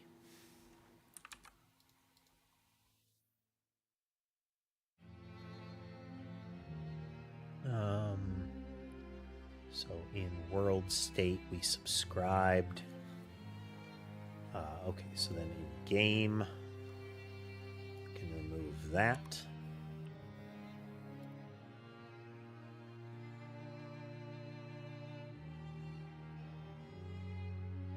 Okay, world state is still working. These would not spawn if it didn't.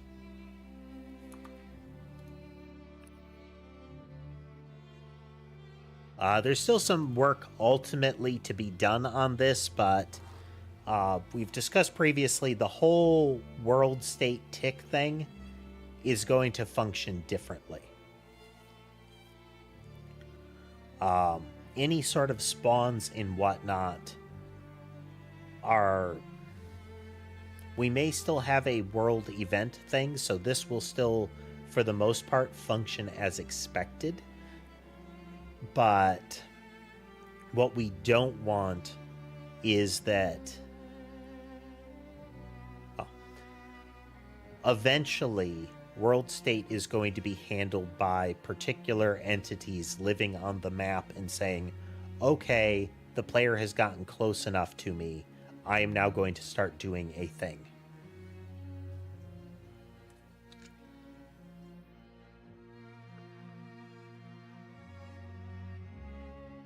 Exactly how that ends up working, not sure. There's going to be some wiggle there, but we'll get there.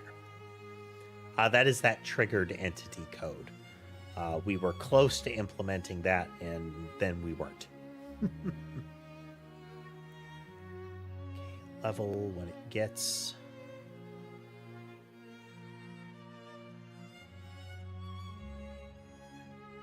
Level initializes on the first message it receives. But I feel like we can do better than that, which would remove the level ever needing to receive events itself. But the world event list... Oh, it doesn't care about the reply. The world event list inside of it can care about the reply. Because that is a iterative sequence. But even that needn't be, because the different events should not be eating a message. So it's all the way down to individual events that are going to care about an actual time past happening. That would actually really clean up the process, because then an event itself can handle its own ticking, in that it's like, I come online, I go offline. Yeah, we will be circling back around to that. Then we don't need to worry. If I load up all of the events, yeah, they're all listening to time past, but the efficiency of all of them listening versus iterating over the list for every event that we get, I think is still better. Because we remove a lot of the song and dance of getting them relayed around. Okay, so that's world state though. Let's go back to game. Now we need map renderer for time past, which is in map. No. Services rendering map. Again, this is in our public override of ready, where we say services dot game dot time passed plus equals game time passed.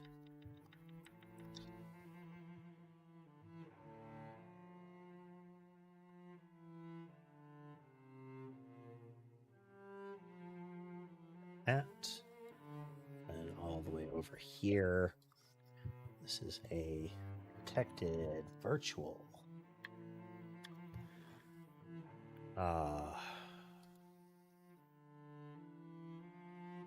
We are still going to have handle message. So let's...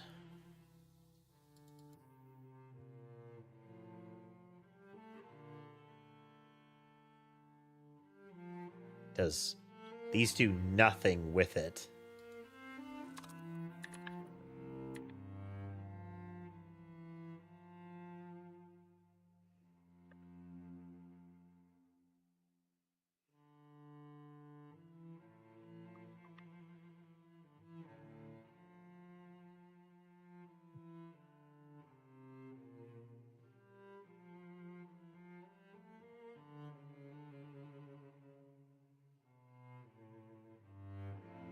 Detected virtual game time passed. See map renderer.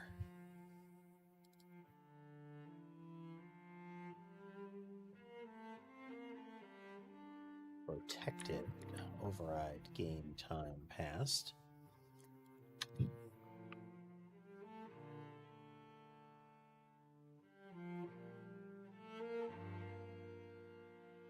We don't do anything with handle message. Again, there's the possibility that we will use it.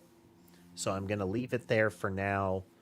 But this gives us map renderer now having the basic model. We're going to put that in all of them. Take this specific method. Kind of surprised that this one still works.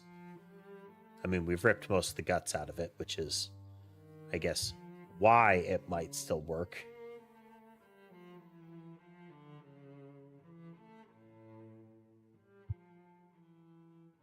We may be revisiting this guy. This is using a shader to render the visible area, but it's doing it by blocks or by squares, essentially. And we're looking to avoid doing that. Tile sheets are great and all, but I kept running into issues getting them to be handled gracefully.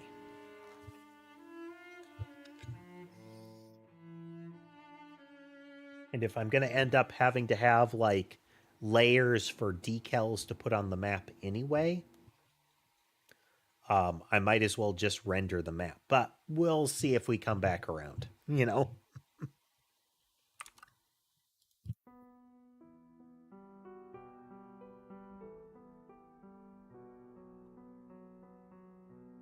For reference, this is the thing. What do that? Where is our handle message here?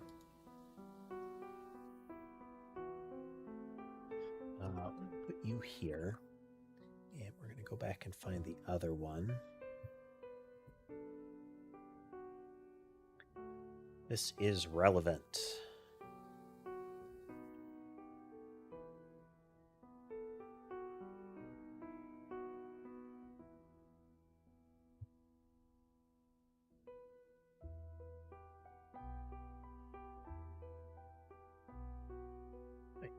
Handle message in each step in game.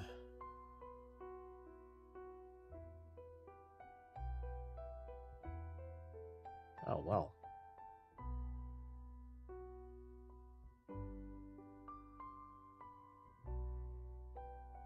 That was sloppy.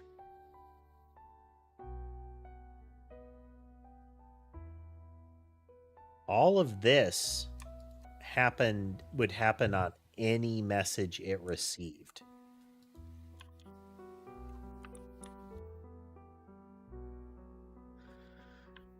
And that's not right.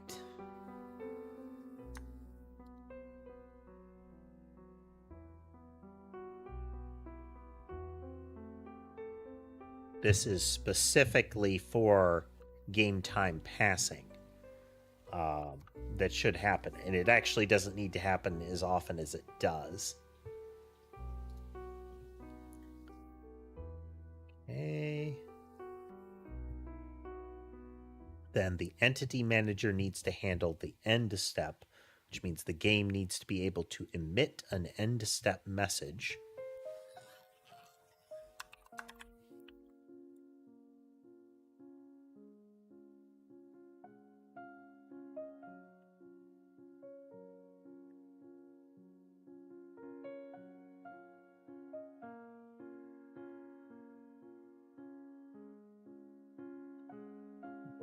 Delegate void end step event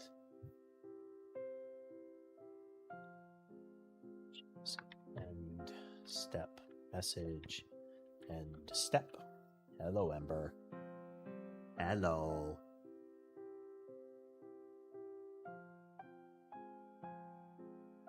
Ember tried to walk around the side of the desk, but once the cat cam ticks over, she was unable to pass by Sherbet because Ember is very non-confrontational.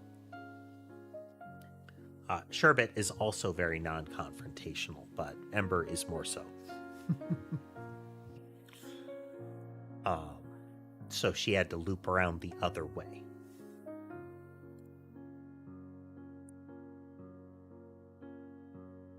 Public event end step event end step. Get the game. Say hello, baby. Ember needed a lot of comforting last night because Sky was being a bully.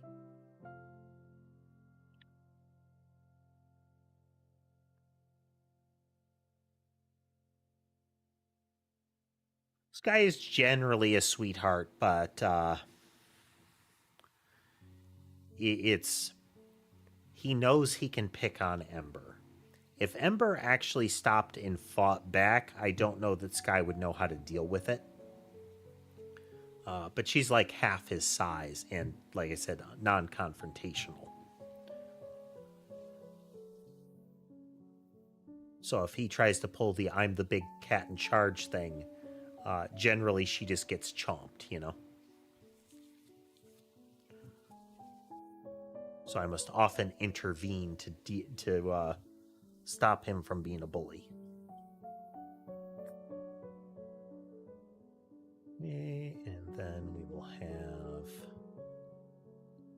down here, say end step. If it exists, we invoke the end step. And our entity manager is going to have a specific end step message.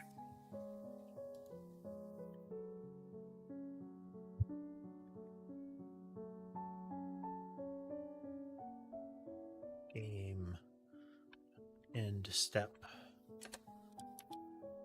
I must type slowly because cat on right shoulder. There we go. She has disentangled. And then this one also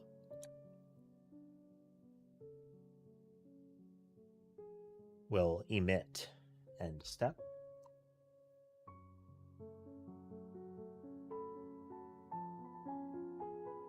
So I don't know. I think it's possible. I think it's reasonable to say that entities and behavior can care about an end step.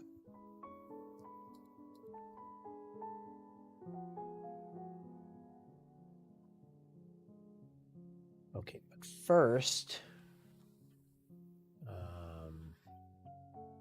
this is protected virtual.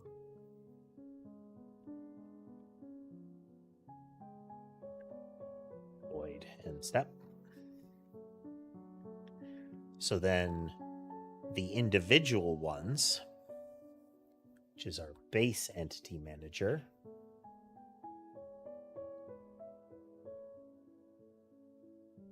So when we go to our existing handle message,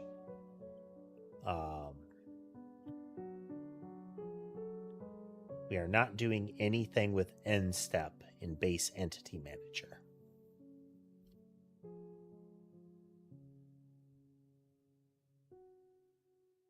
So now we're down to nothing in base entity manager, but we need to go into entity. And when we activate it and we attach events, we're currently looking at time passed.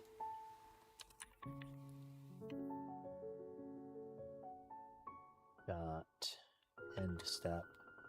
Well, actually, we don't care about the end step either. Currently, do we have anything in behaviors?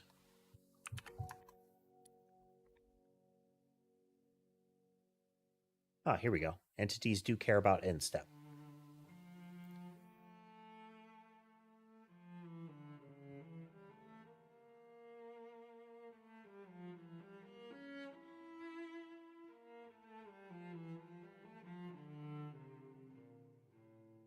On end step, we update position, we clear proposed movement, and then we send it to components.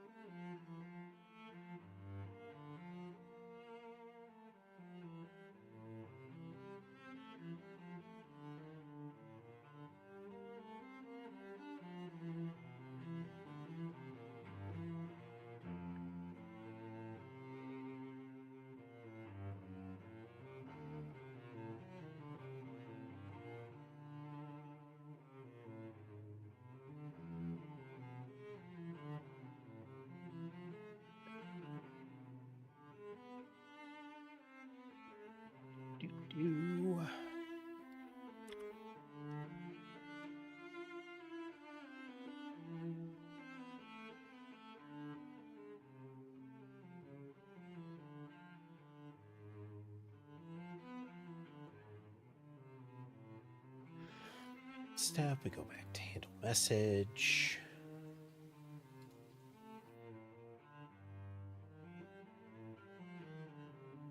Message now does nothing.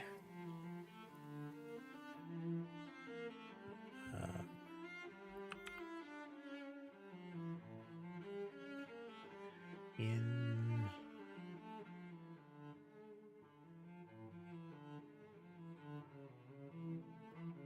entity manager uses it, game uses it. End step event. Entity health needs to get it, which we relayed on. Entity manager does have a case to send it along, or entity itself. Run, shouldn't be broken. Actually, let's make sure that we're properly using that in game. End step invoke, okay.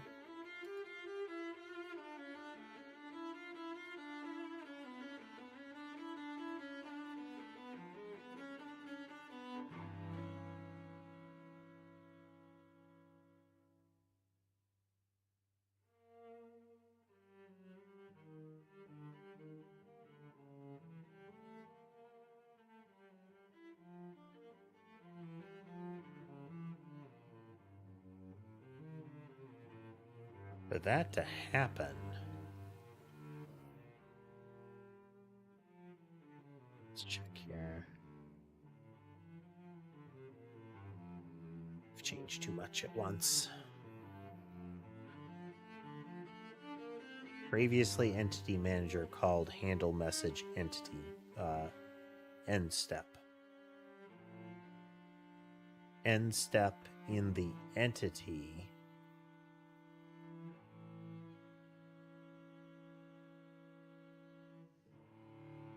was previously only fired if active.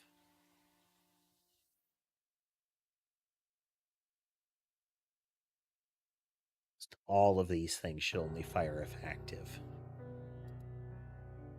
So let's at least correct that as well.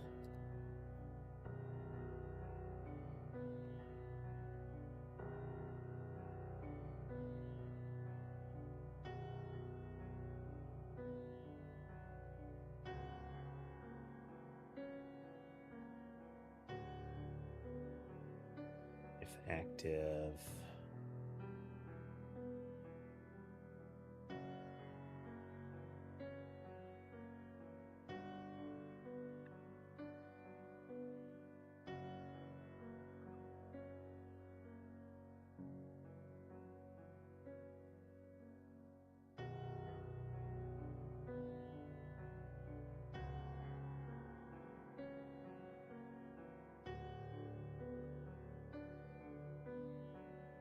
Was missing previously.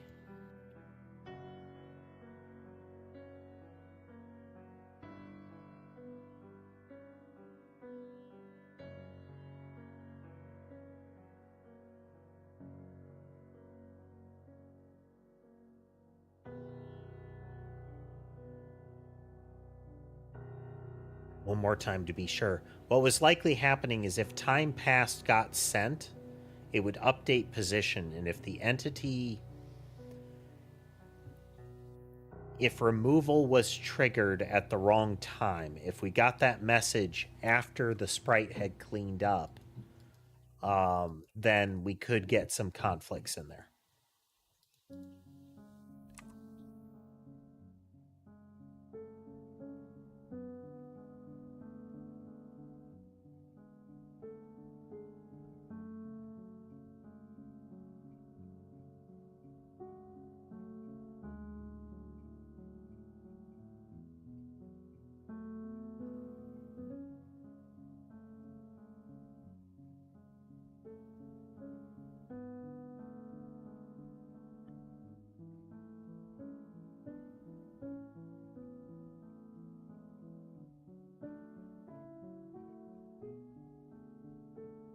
We are testing maximum load. We are showing maximum strain on the system right now.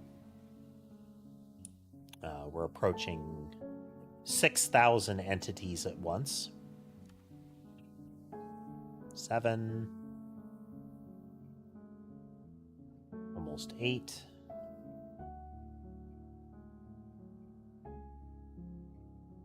8. I mean, 7 frames a second with 8,000 things. All of them doing, most of them doing spiral motion, and we're emitting them at a super rapid pace. Pretty good.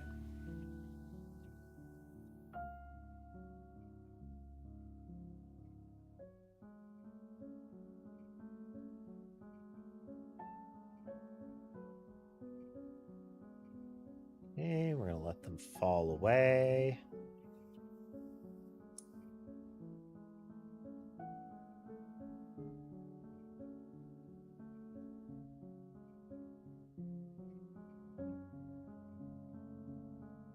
Wow. That is one lucky little blob there.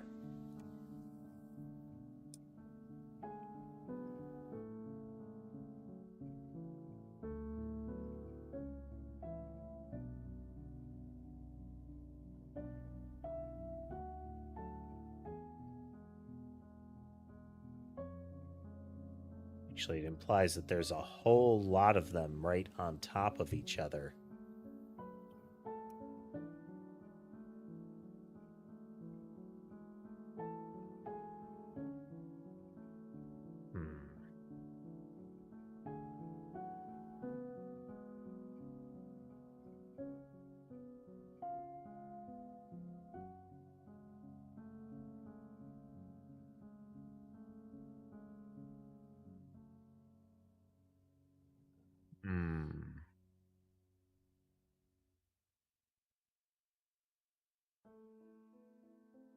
Let's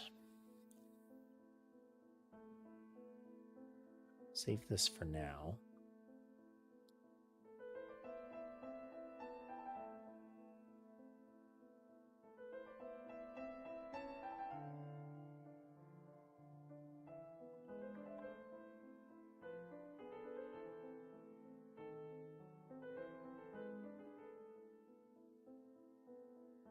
that over.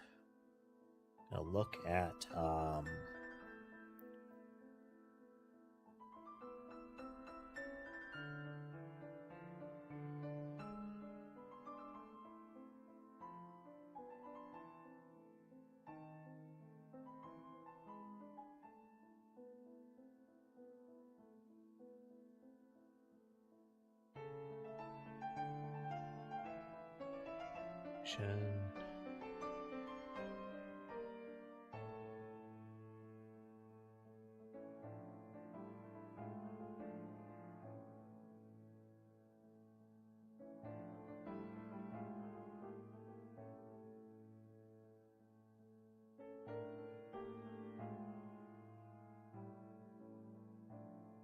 just do bullet wind up mouse and put that on the player for now.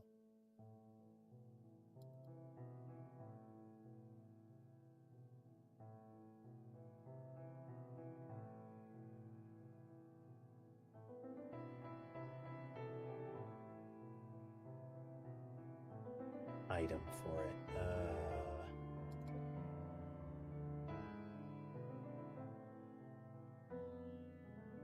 Item wind up mouse. Okay, well that makes sense.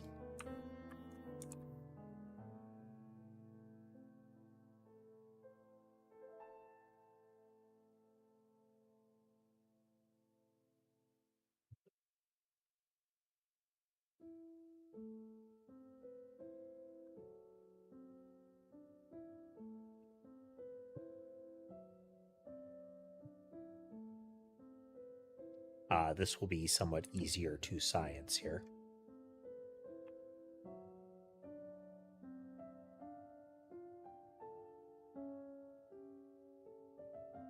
Get him, boys.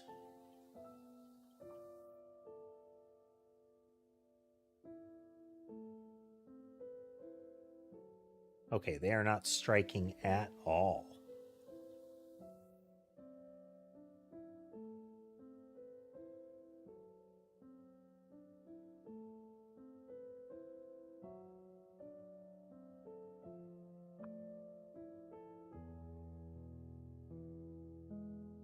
Wrong with physics. What did we break?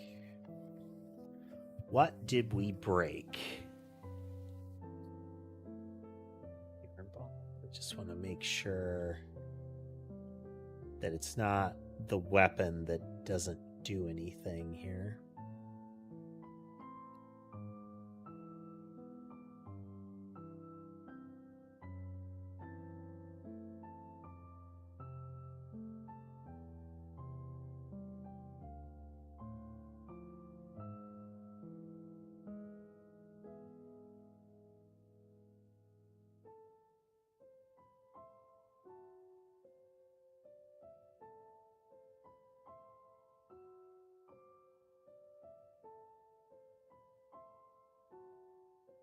I mean, looks like it should be correct. Let's check our collision manager here.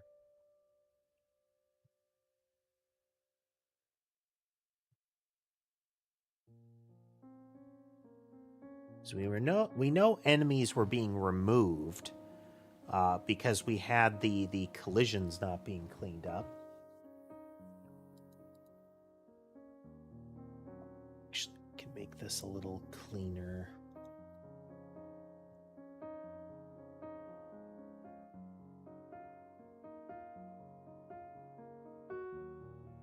One at a time and ending at 200,000.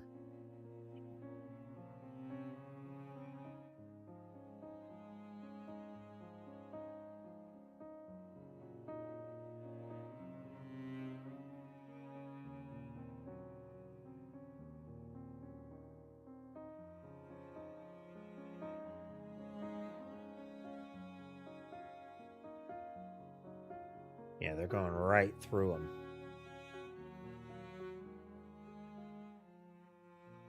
Hey, let's check for our collision logic here.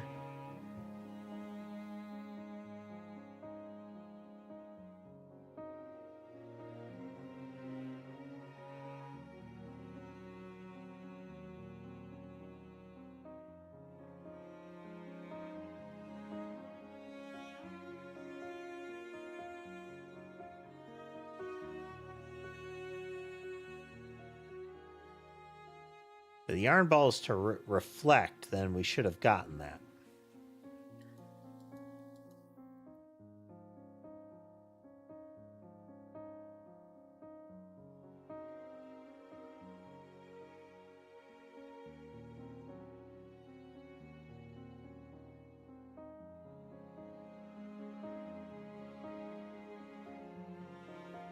This is why.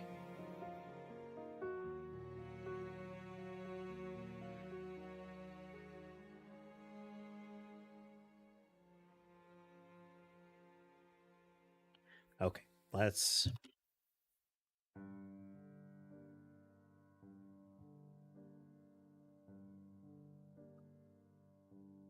begin an explicit handle message call. Handle it.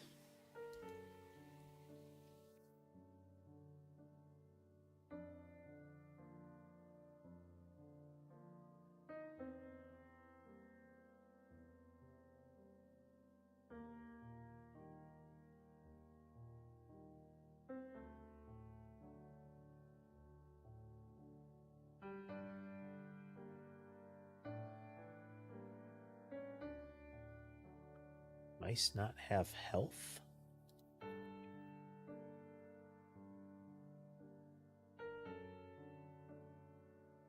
They have health 1. And they do bullet harm, so...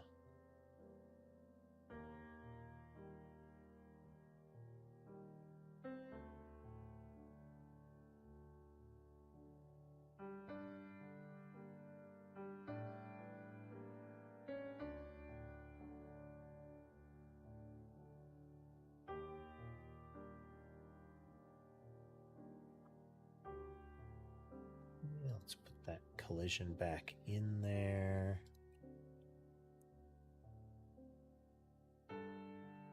Entity, and we're going to get this message.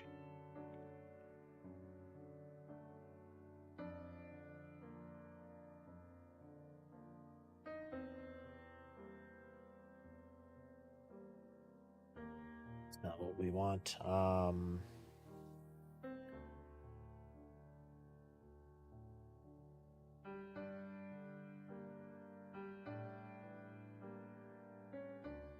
We need to filter this down too.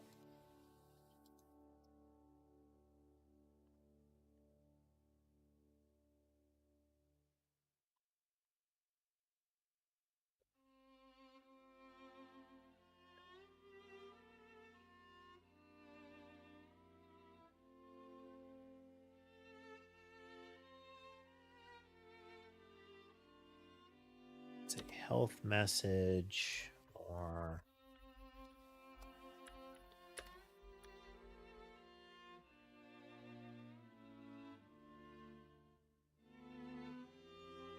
art, add message, or...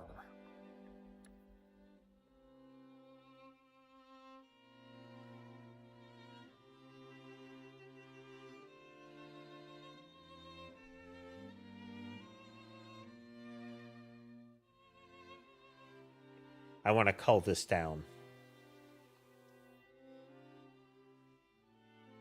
This is not perfect, actually.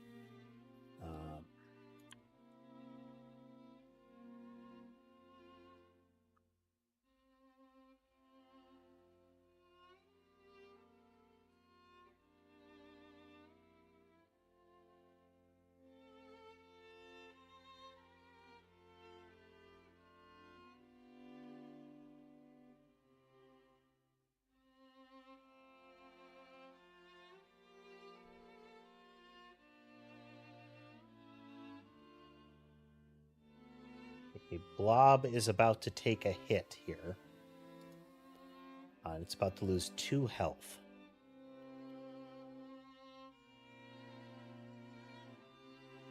So we step over it. And it was consumed. So we're going to step out here.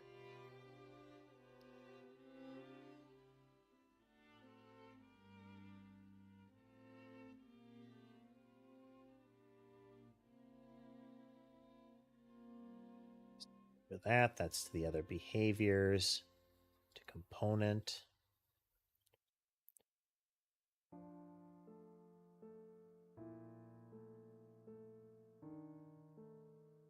It was neither acted on or consumed. Okay.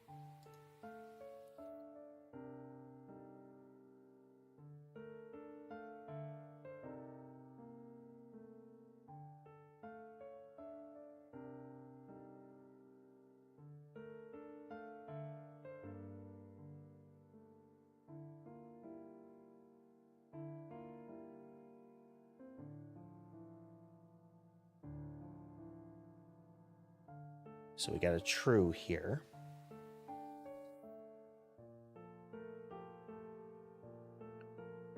Turned our reply.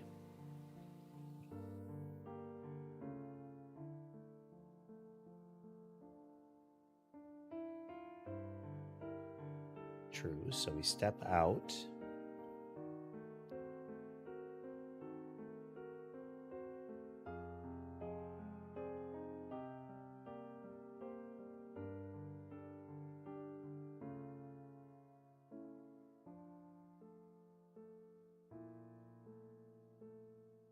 So we were consumed.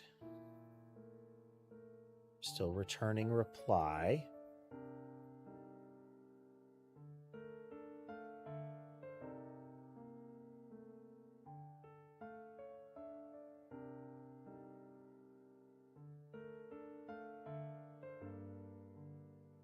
That's why.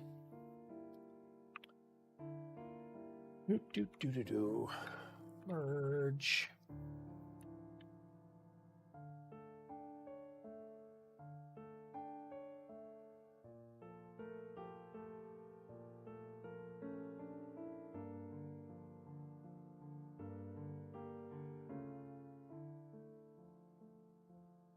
Homing behavior doesn't seem to be great at the moment, but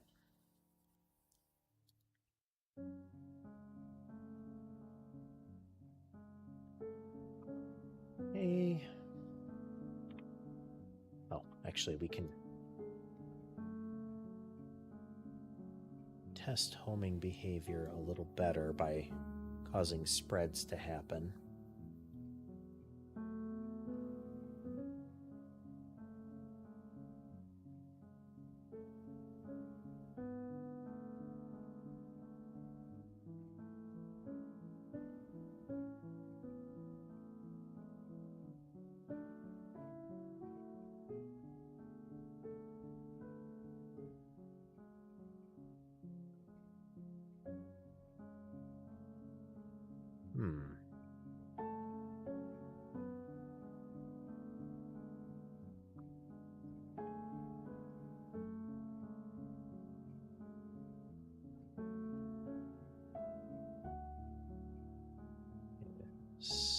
Bullet lifespan.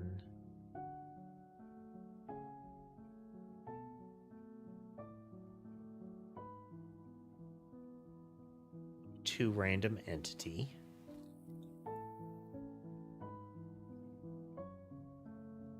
So then if we look at our list of movements, to random entity, which is then it is a move in a straight line but is target or lock random enemy. So if we look at our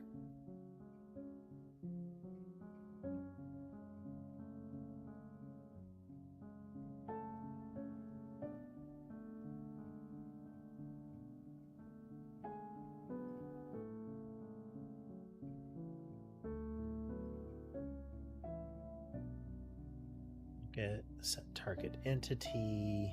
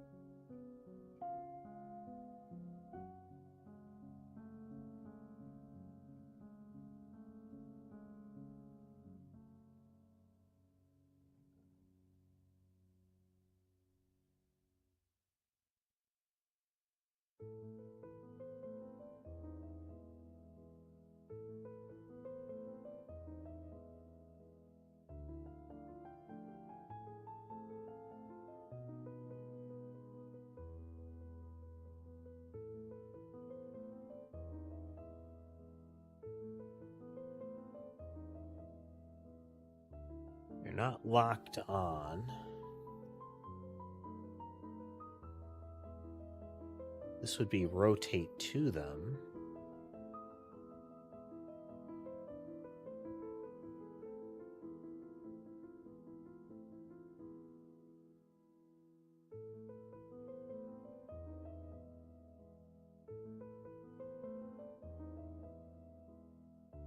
Direction 2 is...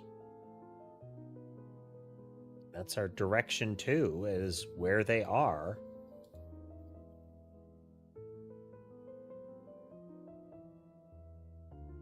Can we adjust?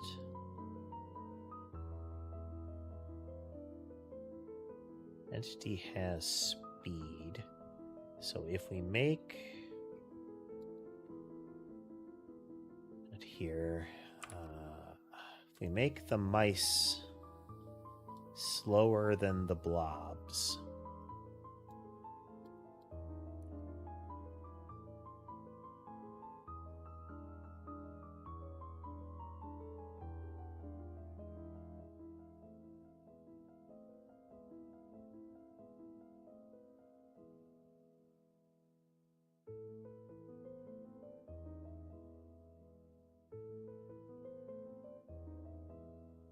they are not turning to follow.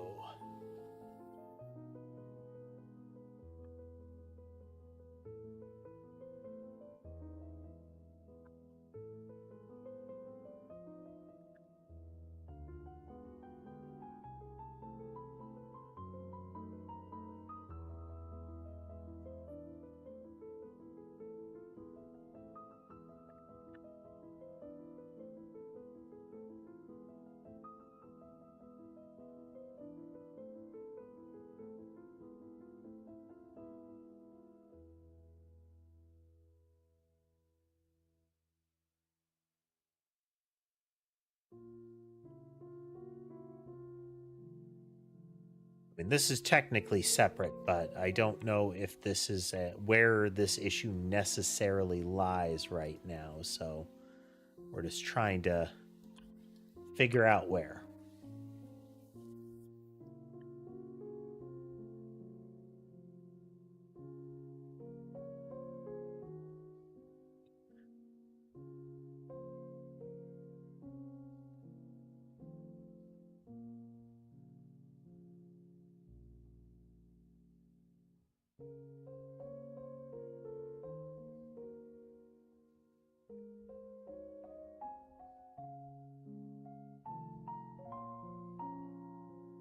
Get a time passed, we pass it along to a behavior, in particular its movement behavior.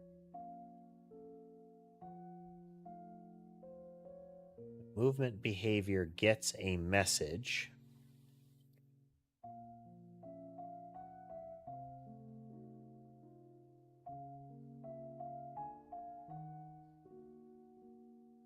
It's going to go to update its target.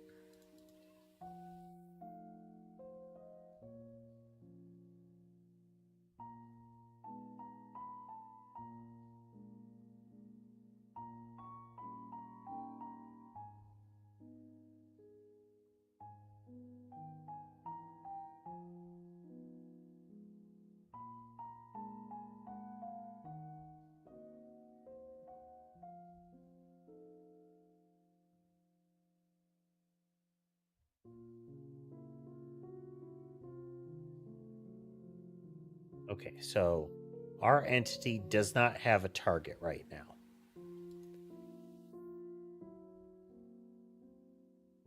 So then we're going to try to get an entity of that category.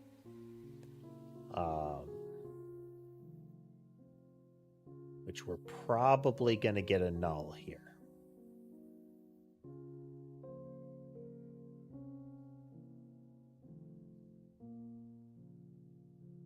Yep, so we have nothing. We have tried. We don't have a local target.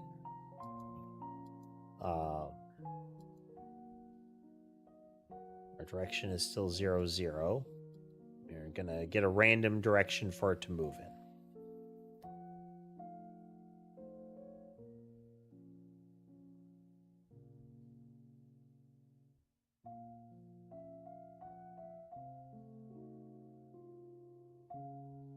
So this, it was never able to get a target. It doesn't have one. It doesn't try to get another.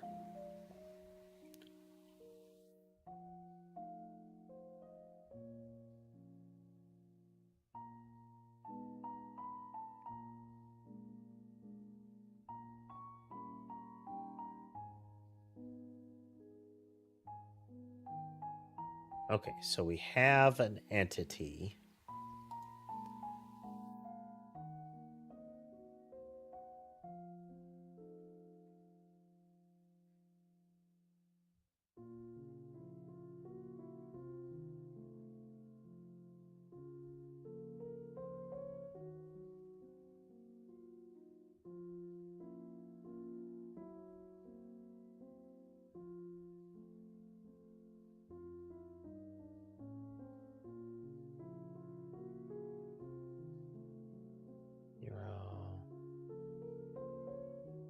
Okay, so unless lock on is set, we're not going to rotate 2. Actually, no, it's... Go to here.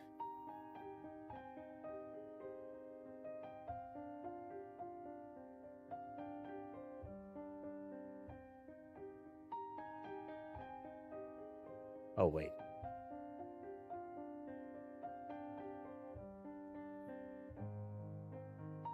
Okay, it's from the entity to the target.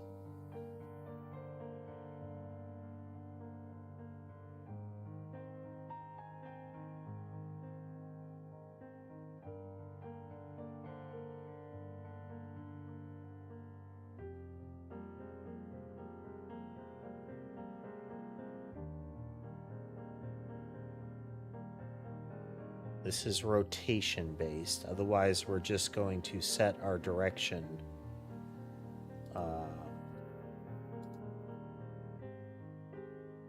here constantly.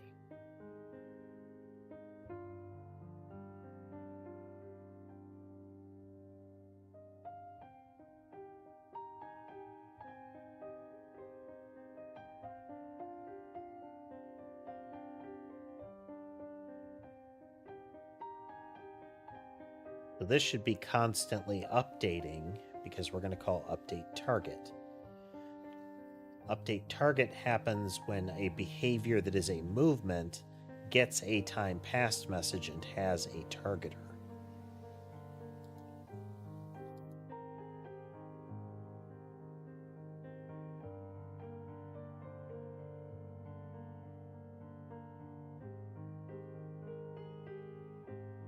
Okay, let's make it harder for it to do that.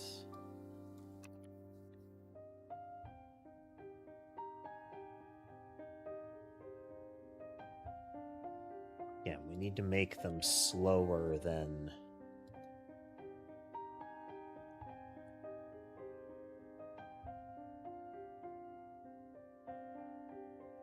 Yeah, with this, they move half the rate.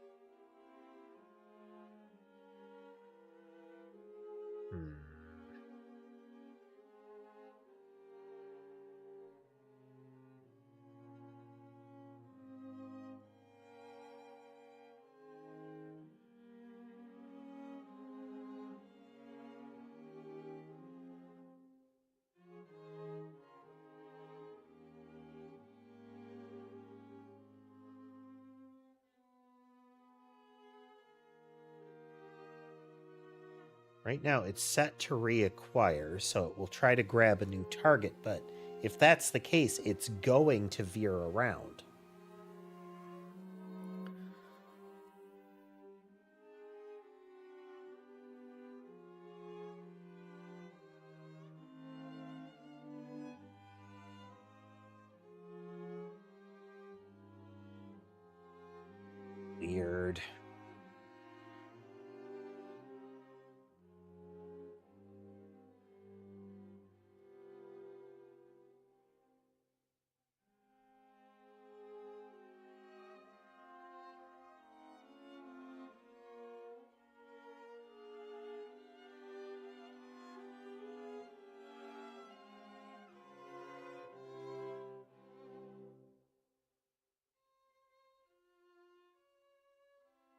Target entity.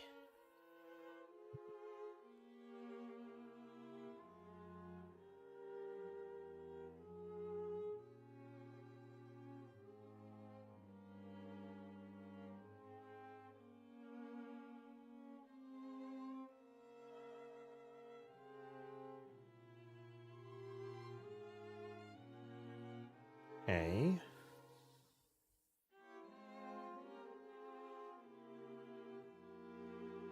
We could actually improve this quite a bit by just having it subscribe to when the entity updates and decide at that time whether it needs to adjust its position.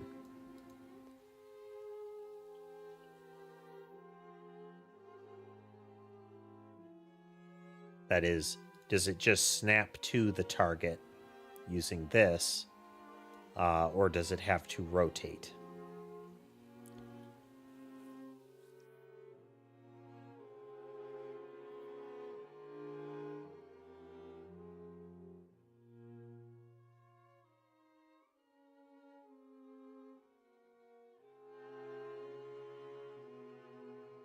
We should very steadily have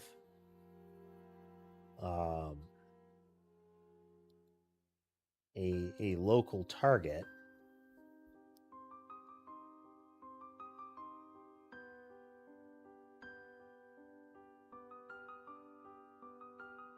Let it run for a bit. Definitely getting blobs now, so we do this.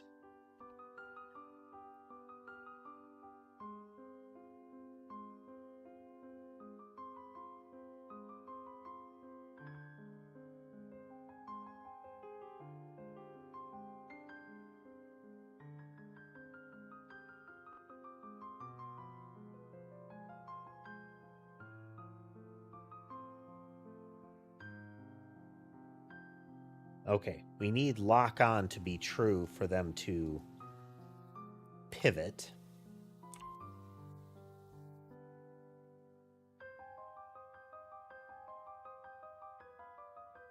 Is lock on, right? Yep.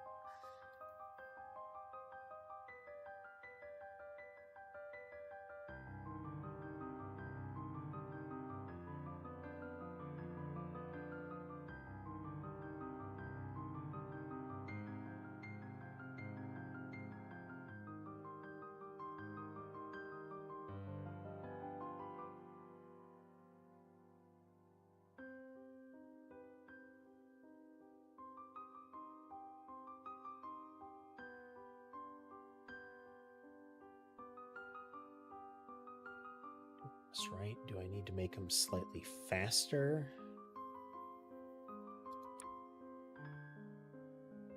Oh, wait.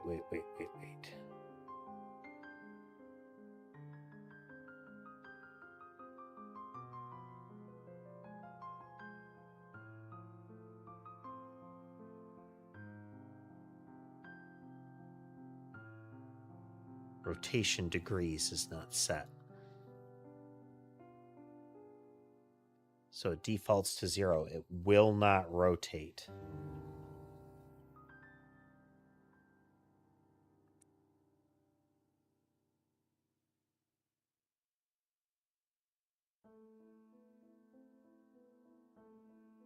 Six, it's lock on, rotation degrees. Perfect lock.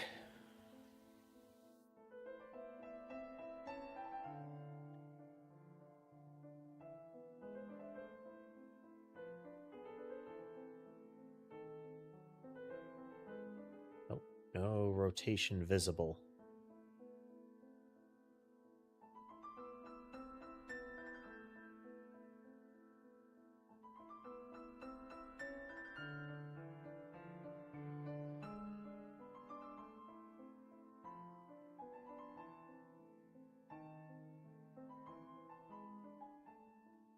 Like, we should very much see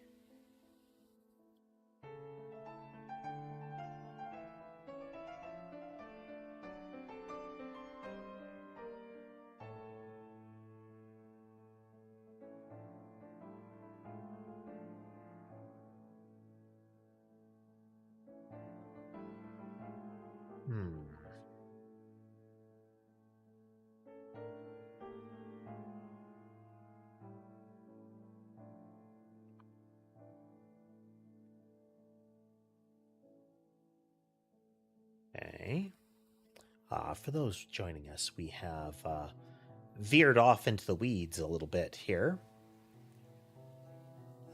because we don't have, or at least we aren't getting the sort of behavior that we should out of the homing mice. Okay, we're not getting lock on properly.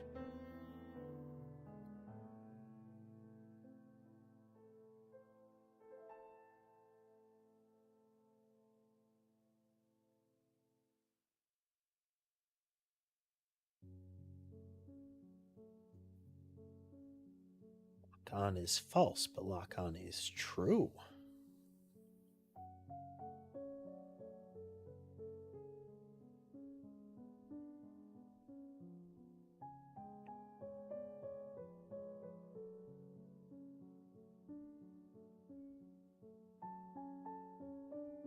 On is false. Okay, so that's not getting through. There's part of our problem.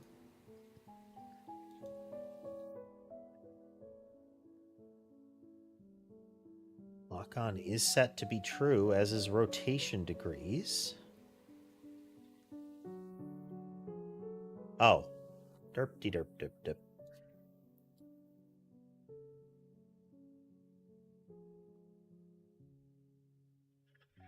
It's not the bullet, it's the targeter that takes those.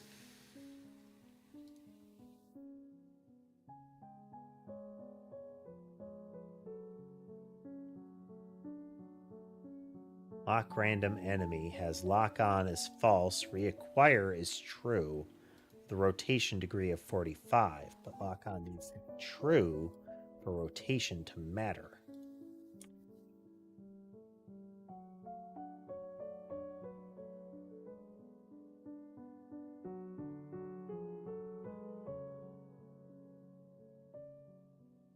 There we go.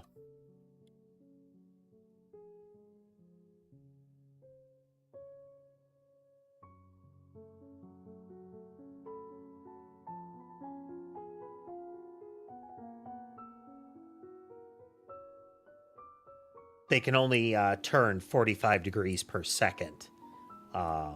So their pivot rate is not fantastic.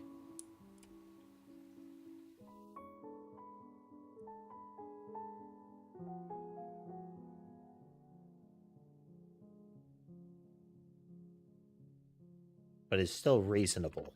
And, I mean, because they're homing projectiles, even if you make them move weird, they will still try to get to their target. And if you make enough of them,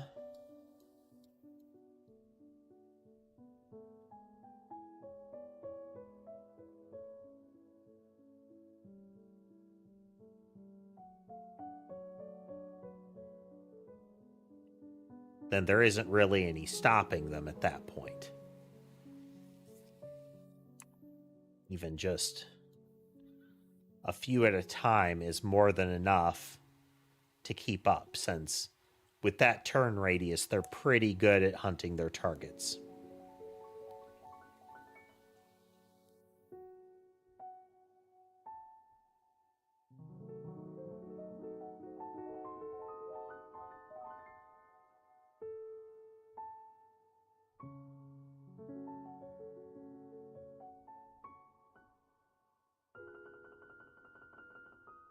Not bad. Not bad. Not bad. Okay. All right. Check a couple things here. Pushing buttons.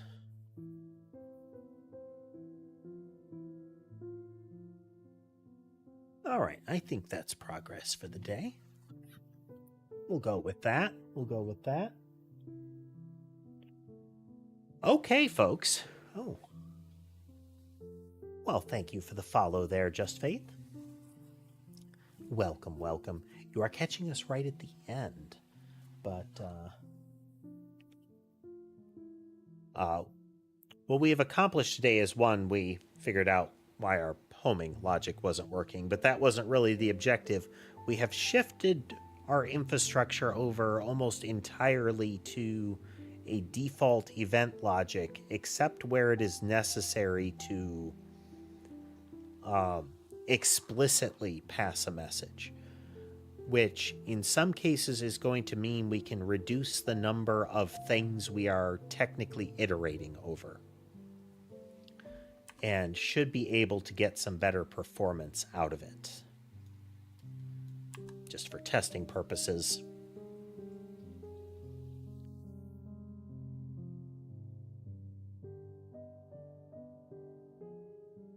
Just kind of unleash the Kraken here.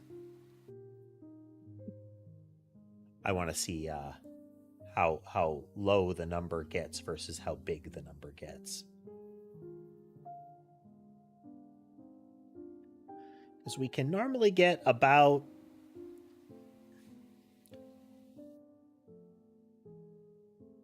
right around this range as far as frames per second.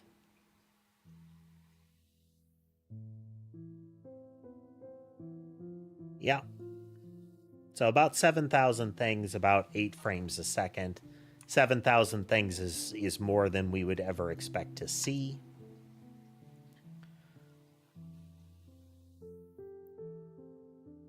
Even getting weaponry that is firing, this is 27 bullets at a time or per second. Even something like this is fantastically powerful.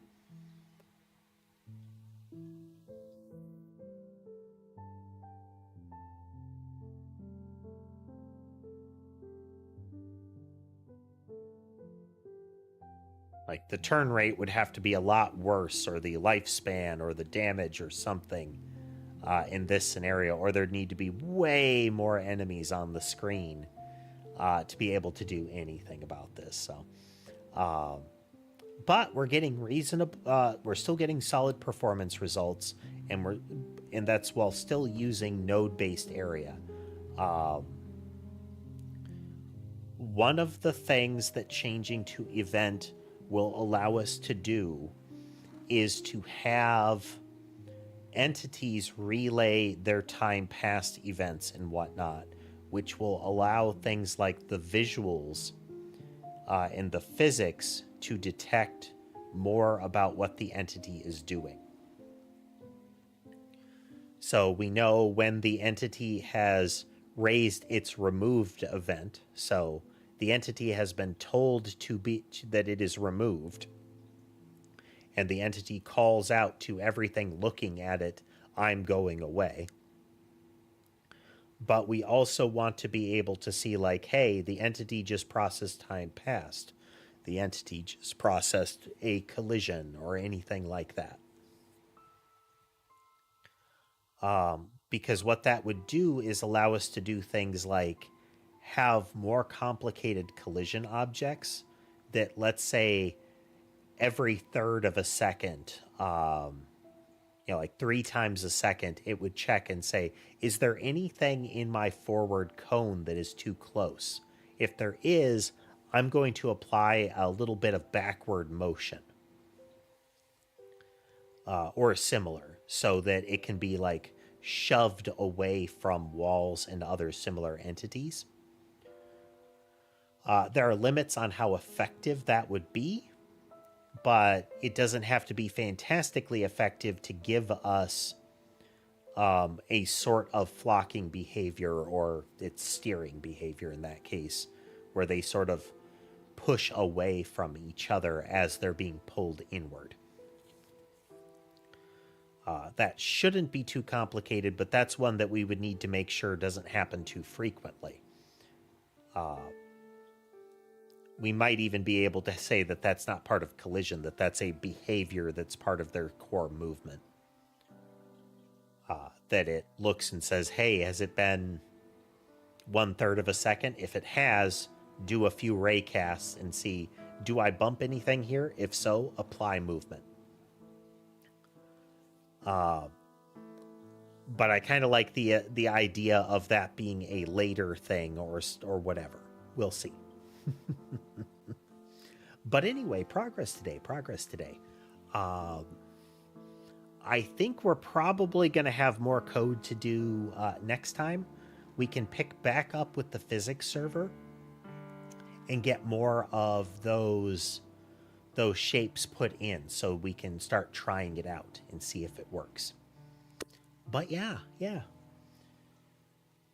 Do. All right, folks. I hope you had a good time watching with us today.